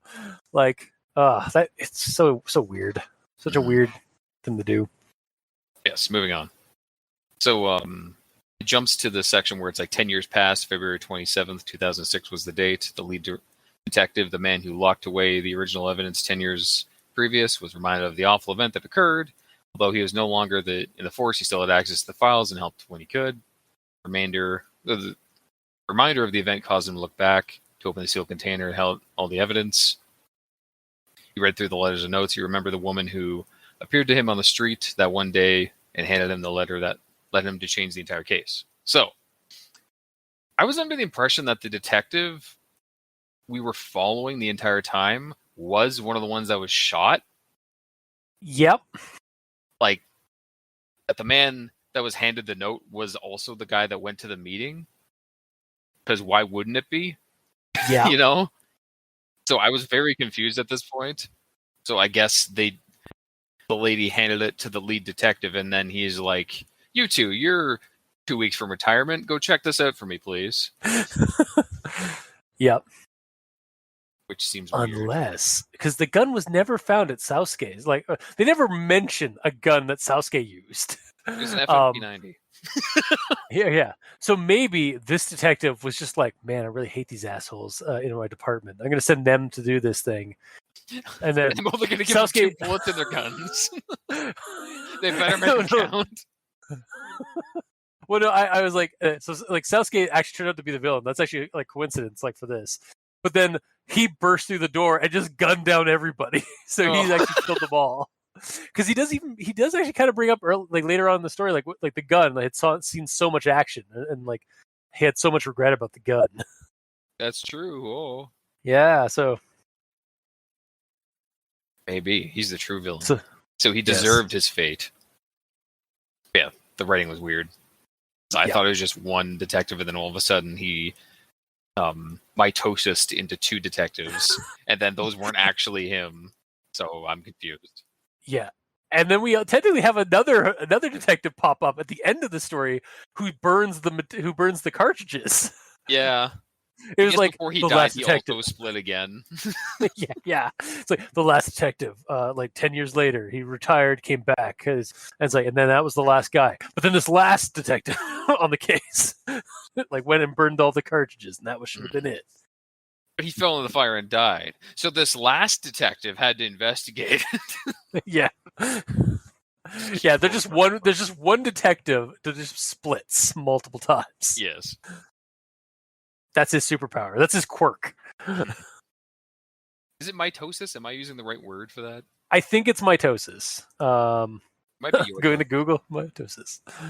Mitosis is the process in which a eukaryotic cell nucleus splits in 2, following by division of the parent cell into 2 daughter cells. Yeah. The word mitosis means threads, and it refers to a thread-like appearance of the chromosomes as the cell prepares to divide. So yes, it is. Mitosis is when you like divide. Oh yeah. I did a thing. Yep. Anyway, moving on. He reached into his desk and pulled out an old Game Boy. He received it a long time ago, but it still worked, and it was his son's. But he had died a few years ago. His wife is gone too. That was then, though. Popping the cartridge in the back of the Game Boy, he turned on the system. So, I'm surprised you didn't say this, Mikey, but here comes the magical, eternally charged batteries again. Game Boy that just happened to have functioning batteries in it. Yeah. But in the end of it all was in his head anyways, so it's fine. Yeah, he never. He was just looking at static for 30 minutes. Yeah, or in this case, black screen, because he never turned it on. Yeah. Also, the line, I think we kind of brought this up, but not directly. The line of his wife was gone too was so random, and at the time I thought it has nothing to do with what's going on. Like, it kind of shows up in the quote unquote game. But the drop of it is just so weird and sudden. Yes. It's like, oh, I should probably mention the wife just so like I'll mention the wife now because it's going to come up in a second when he gets the messages from the game. Yeah. Like, it could have been more natural if it's like, it was his son's, but he had died a few years ago, a couple of years after his own wife has died, you know? Yeah. Or like something like that, instead of just going, period. By the way, his wife is gone too. Anyways, you know, like, it didn't actually say that, but it might as well. Yeah. Or like maybe add a little bit more depth. It could have been like, it was his son's.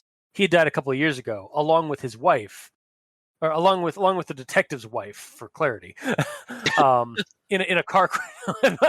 That's not said, like, for clarity, but like, yes, his son had died along with the detective's wife in a car accident a couple of years ago. Like, add a little bit more depth and stuff to like the tragedy and stuff. Yeah, for sure. I'll move on from there. Mm-hmm. And I kind of just brought it up, but I'll say it anyways. I like the twist at the end where the game wasn't even on and his gun had no bullets in it. Like, it was his own mind that did all this, basically. So he didn't die at the end? Oh, he died. But, like, he was convinced. Whoa, that's loud-ass thunder. Yeah, you just heard that. I just heard it now. like a second after you started talking about it. Whoa. Okay. Anyways. No, at least the way I believe, he actually died, but it was a what's the term for it? When you believe something so hard that it actually happens. Oh, some like I know what you're talking about. Placebo effect. Yeah, placebo effect, or there's actually another term for like mind over matter sort of situation. Yeah, Like, but but it was like a so negative real to him that his brain actually shut down because he believed that a bullet went through his head. Oh, psychosomatic. That's what it is. Yeah, there you go. That's the term for it, I think. Mm-hmm. Yeah. Yeah, I didn't see that twist coming. I thought that was kind of cool. That is a good twist. Like it makes it a little bit more like it's more of a psychological thing rather than supernatural, but I don't hate it. Mm-hmm. And then my last note is in regards to the code that was put in the game. The code, like, why? First off, why would Chiro want to make this? And why would Sosuke be okay with him making this? What is the purpose of this? Are they both just evil bastards that want to kill children? Like, what is the point of it? I legitimately think that's the case, or it's like they're again, maybe if we had a little bit more details, we might have found out that they were actually part of some kind of suicide cult. Some sort of suicide like, squad. No, yes, but I mean, like there are actual like death cults like that in the world where like they feel like killing they're by killing people like en masse, they are helping them ascend to a higher plane. Like that's a death cult. Well, okay, but from the sounds of it, Chiro was just a guy that wanted to prove himself, and he's like, "Oh, I found out this cool thing I can do in the game that no one's ever done before." Like he didn't seem like he was an asshole. Yeah, like it didn't sound like the thing that he was talking about was, "Hey, I found a way that I could cause people to kill themselves by playing your game. Hey, Game Freak, can I put this in your game?" Like, it didn't sound like that's what he was saying.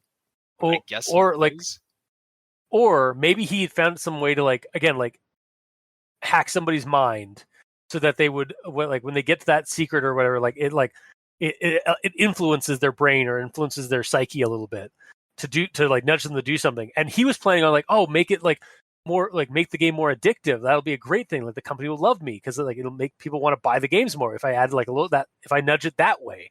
But then Sasuke, being a death cultist, was just like, no, Churi. Like again, a finger goes up to his glasses to adjust them. Yeah, of course. No, Churi. No, Churi. We need to rescue these children from life. Wow. Get them show them their dead loved ones, and then they want to kill themselves. So he's the edgy lord of all. Yes. Yeah. Wow. Well, at least that kind of makes sense. Yeah. I can see that thing that I had to fabricate in the last 5 seconds. Story. Yes. Yeah, this felt very anime mixed with again an Asian crime thriller. Yep. By the way, it is hailing out right now. Yeah. Hard. Mm-hmm. Yeah, I can hear it from my window. Yeah. Anyways, that's my last note, so final thoughts. Yeah.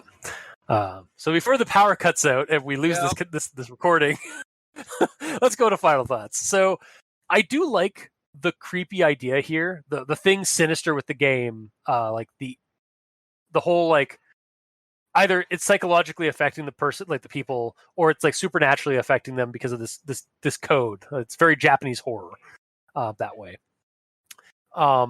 The issue I kept coming up on was the use of real alive people and either killing them off or making them villains. Like these people, like everyone except for Churi, again, are real Churro, people that are Churro, yeah. Yeah, Chiro. Everyone except for Chiro are real non-fictional people that are being treated like fictional characters in this game in the story.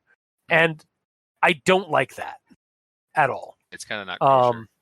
Yeah, it just feels really gross to me.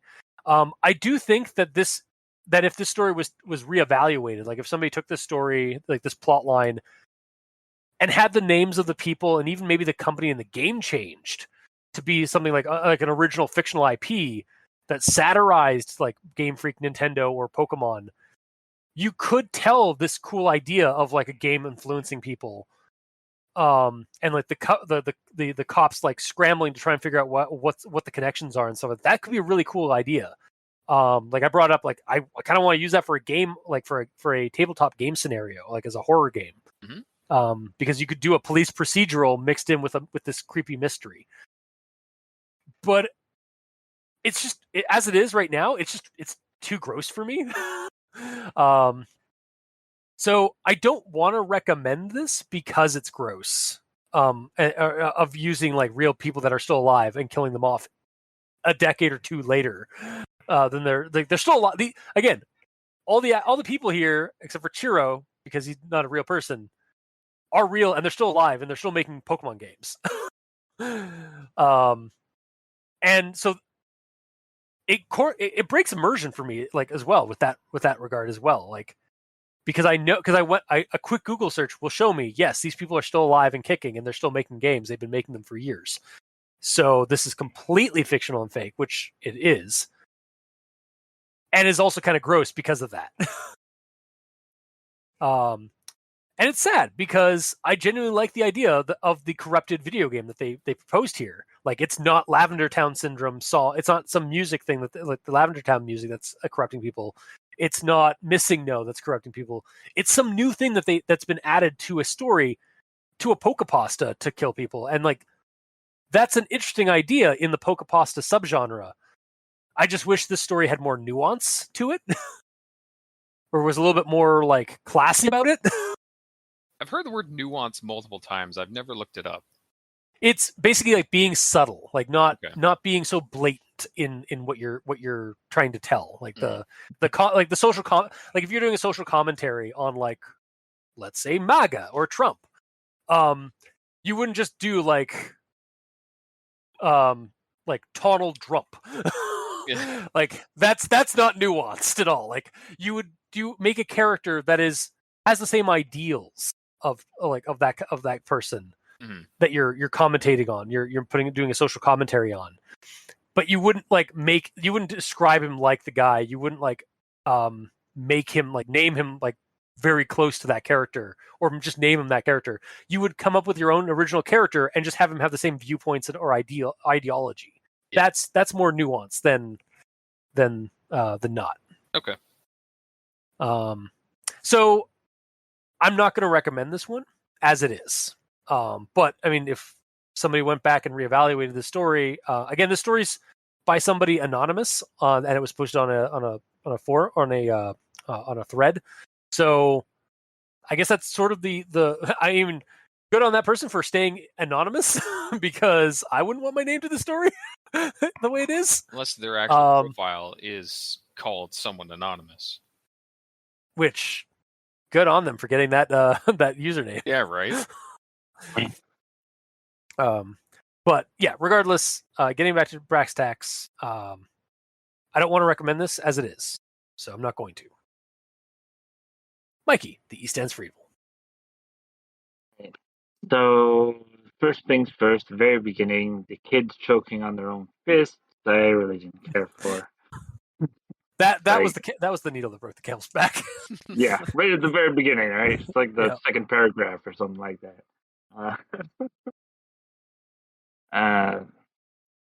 Like that just level of immersion just lost me there. Yeah. And then at the end where they destroy 104 cartridges when there's still 10 million Japanese cartridges out there, doesn't really do much if it is in the code. But thinking about it, there has to be some other outside influence.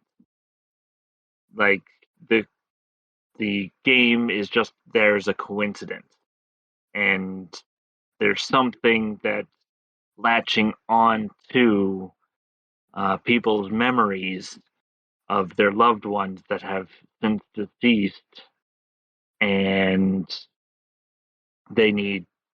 it's opened the wound and they want closure, and that closure is unfortunately suicide. Yeah. That like that whole premise by itself is good. Yes.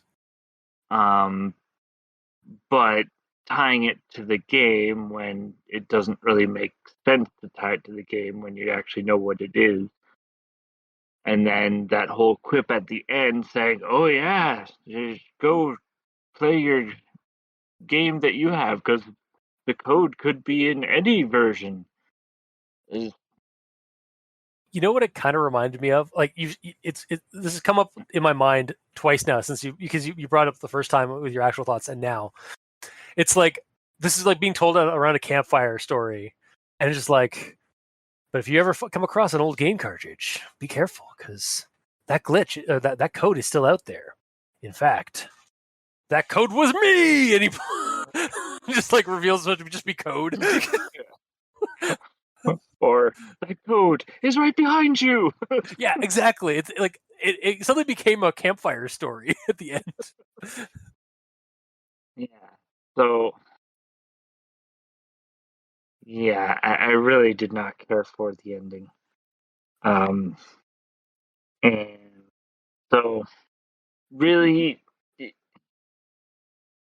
there is one section that I like, but there's too much that doesn't mesh well. Like as Gamer pointed out, the police with 10 bullets at least each, and the uh, the villain with 2 directly in his heart. Like, well, but the police were the ones with the guns, so how did that happen? Like, we don't have any details Was on the one what's going on. caught the Oh, bullet God. with the code. Sasuke. Oh my God, Sasuke's Neo. Yeah. He's Nega Neo. He's evil Neo. So there's just Or we're all living in a game, man. yeah.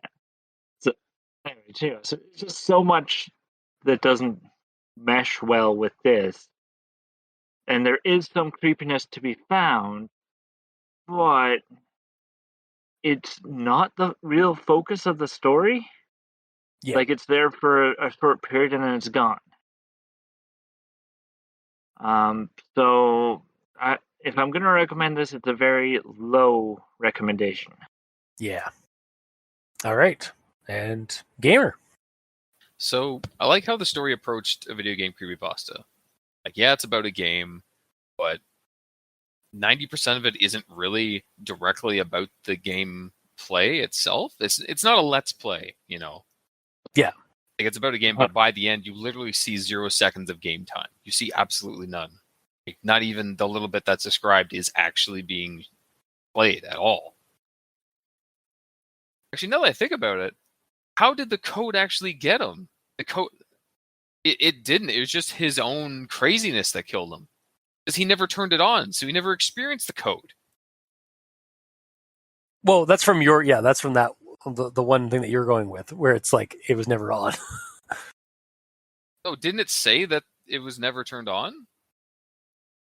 I thought it was, or I mean, he tried Or am I on to just play confusing it with the bullets? I think maybe the bullets.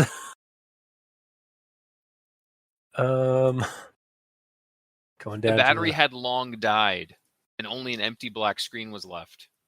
Oh my God, you're right. Yeah. He never turned it on. So that just brought up another point. How the hell did he die there? Just his own insanity got him, I guess, as I just said before. Yeah, he died from a psychosomatic attack. Oh. Yes, the, Mikey. I can hear that you have your hand raised. It's the woman with the letter all along. My God. Because he was thinking about her before he did the thing with the Game Boy. It was not me. It was the one-armed woman. Wow. Yeah, here's a question. Is she a ghost? Is she like a living person that's just like stalking these events? I don't know. I would say that she's a creature like Ooh. was it Hachichichu-sama or whatever? Oh, Hachishaku-sama. She's a yokai. Yeah, Bless her. yeah, yokai. That's it. Yeah, she's a new Japanese monster. That's maybe latched itself to Pokemon or Game Boy. It actually has nothing to do. It actually has nothing to do with Pokemon Red or Green. It's the Game Boy the Game Boy system itself. But at the start of it says it isn't. That's true. Yeah. Anyways, Yeah. yeah, me just thinking of that just made the ending even more confusing now. I don't know how I feel about that anymore. Anyways, I mean, you also kind of like helped bring up this idea about the woman, so it kind of made it a little bit better, I but guess only in a headcanon way. So yeah, there's no. So sorry. So what I do like about all this though is that there are direct, real-world repercussions to what happened in the story from the game, namely insanity and suicide.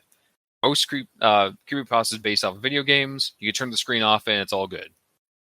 This one is not the case. Hell, you can't even. This affects you even if you don't turn the screen on at all. Apparently. Yeah. By the end, you die in the game, you die for real. Yeah. You think about the game, you die for real. That's what happened at the end. Yeah. Oh. Yeah. No, it only kills you if the batteries are dead. Hang on. The batteries die in the game, you die for real. Yup. Maybe. Probably not, but maybe. But yeah, I do like how this is basically a mimetic virus. I think that's right. Is that the right term for this? You kept saying it repeatedly, I believe. Just like because you know about it means that you're infected and everything. And by the end, because he knew about it, he could actually die because of it, I guess. Which is weird. Yeah, he was primed. So as soon as he picked up a game card, so as soon as he went through the white. Yeah. Cool. Yep. And he was a shiny he became a shiny Pokemon. Okay. Shiny detective uses shiny gun. It's super effective on himself. Yeah. Not to make light of suicide. Of course not. We're just talking in context of the story, which is fictional. Yes.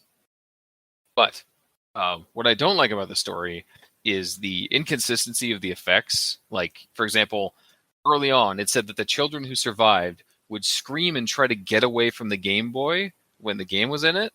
Meanwhile, the lead detective at the end was able to talk normally, not screaming, and he tried his best to get the game, to be close to it. Literally the exact opposite of the effects that were described at the start. Yeah. Which is also really weird. I don't understand. Also, the ghost children were clamoring for the game. And it was sort of insinuated that those kids were the ones that killed themselves because of the game. Yeah, like by the end, because we're able to see what happened directly through his experience, the game makes you want to experience the game so you can speak to your lost loved ones. So why the children at the start don't want to be near it anymore, I don't know.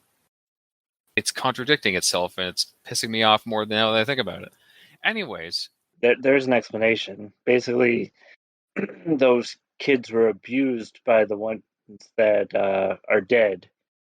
So they don't want to see that person ever again. So they're scared of the cartridge. Oh, so the ones that kill themselves are the ones that do want to see their loved ones again, and the ones that survived are the ones that their loved ones were actually abusive. Yep. That's dark, but it makes sense, so I'll accept it. Also, it would be good if it was in the game itself, or in the story itself. That'd be nice, but it'd be nice if a lot of stuff was in this story. That's true. Yeah. And then there's the fact that the programmer flawlessly killed 2 detectives in a shootout somehow. That was weird. I didn't like that. Like that entire scene, I didn't really like. As anime and everything as that was, him being a villain, it was just weird, and it didn't feel right. Or like the way that the story was being told, it felt out of place. Yeah. But long story short, I would be comfy giving this a full recommendation if the Sasuke interrogation wasn't so strange and like perfectly set to be a movie, And if it wasn't killings of real people, and if the effects were consistent and explained, and this and that and that, in a perfect world, this has the potential of being a really interesting video game creepypasta because it approaches it at a cool angle, at the development angle of it. It's kind of like The Princess in that way. And The Princess is a good example of how to do this sort of thing, talking about the development of something fucked up in a video game without using real people, because it wasn't a real game. And it wasn't a real game studio. Like, Wait, everything about The Princess was a fictionalized product. wasn't The Princess... It was... Oh, right. The Princess wasn't specifically in Zelda or nothing. It was jumping around like Wreck-It Ralph. Yeah, and it was a game for a Nintendo product. I think for a Nintendo product, but it wasn't. It was I think the game studio itself. I could be misremembering, but I'm pretty sure it was like some like small studio that was fictionalized for the story. Yep. And that's the way that you want to do this sort of thing, because then you're not targeting real people, which is really weird. which ain't good. Which is kind of gross. Yeah. Let's just straight up say it. It's gross. Yeah. So as it stands, I'll give it a low partial, but only because I appreciate the approach that it took, where it wasn't just a let's play. Yeah. It just could have been done a lot more tasteful. Yeah. I think that's honestly like where my stance is, and I just don't want to recommend it because of all the grossness. Yeah. Like it's got potential. It's just I'm recommending the idea behind it, not the execution. Yeah. So at the end of the day, I think like we've got like maybe. Hang on. Did we actually like agree? Like, so no recommendation, or like very low end partial recommendation from two of you? Low partial, like 25%. Okay. So like maybe 50% maybe so 0.5 out of 3 recommendations. There you go. Our Should we rating system streamline? is so complex. No, fuck it. We keep it the way it is. It's a bit now. Yeah, at this point, it's practically its own like complicated conspiracy theory crafting system. Okay. So Literally just but yeah, 0, 1, and 2, but it's fine. Yeah, it's fine. Don't worry about it. Trinary. Yes. So yeah, I think that'll do it for tonight. If you like what you heard, or if you didn't, leave us a comment in the comment section below where this gets posted, whether it be on Podbean, Facebook, YouTube, or Tumblr. You can also check us out on Twitter. Mikey is at the E stands for evil. The Gamer in Yellow is at the Gamer in Yellow, but without the W because his name is very long. Yeah. And I'm at Review Cultist. If you'd like to help, or if you'd like to send us emails, you can go to aldenterigamortis@gmail.com. That's ALDENTERIGAMORTIS@gmail.com. Where you can also leave us suggestions for other creepypastas, SCPs, spooky urban legends. You creep it, we'll peep it. Yeah! If you'd like to help support our show, you can go to Patreon and select the backer you'd like to support us at. We have $2 and $5 tier with special episodes, early access, extra content. To our patrons that are helping support the show, thank you guys immensely. You're helping keep those hosting bills at bay. And as always, we very much appreciate that. And to our listeners and the authors of these stories, thank you immensely. Because without your listenership, it'd be like screaming into the void. And despite how gross this one was, like in terms of like skeevy, like using real people, like living people and killing them off decades before they, they're still alive. The people are still alive. But regardless of that, like if you didn't throw that story out there into the world under an anonymous name, we wouldn't have a show because we'd have nothing to talk about. We wouldn't be talking about how gross it was. And this seems kind of weird. It's a little weird, guys. Like thanking this person for doing this thing that's kind of gross. Well, no, because they put, as you're basically saying, they put the time and effort into it. Like, hell, you thanked the dude who made Sonic EXE. Like that's true. And yeah, EXE, so like ones that and we I mean, like, despised. Yeah. This one has I mean, potential. yeah, that's it too. Yeah, like the story has the potential, and we talked about that, and we wouldn't be talking about that potential if it wasn't out there. So thank you. Until next time, I have been your host, Review Cultist. I'm Mikey. E stands for evil. And I'm the gamer in yellow. And this has been Al Dente Rigamortis. Sleep well.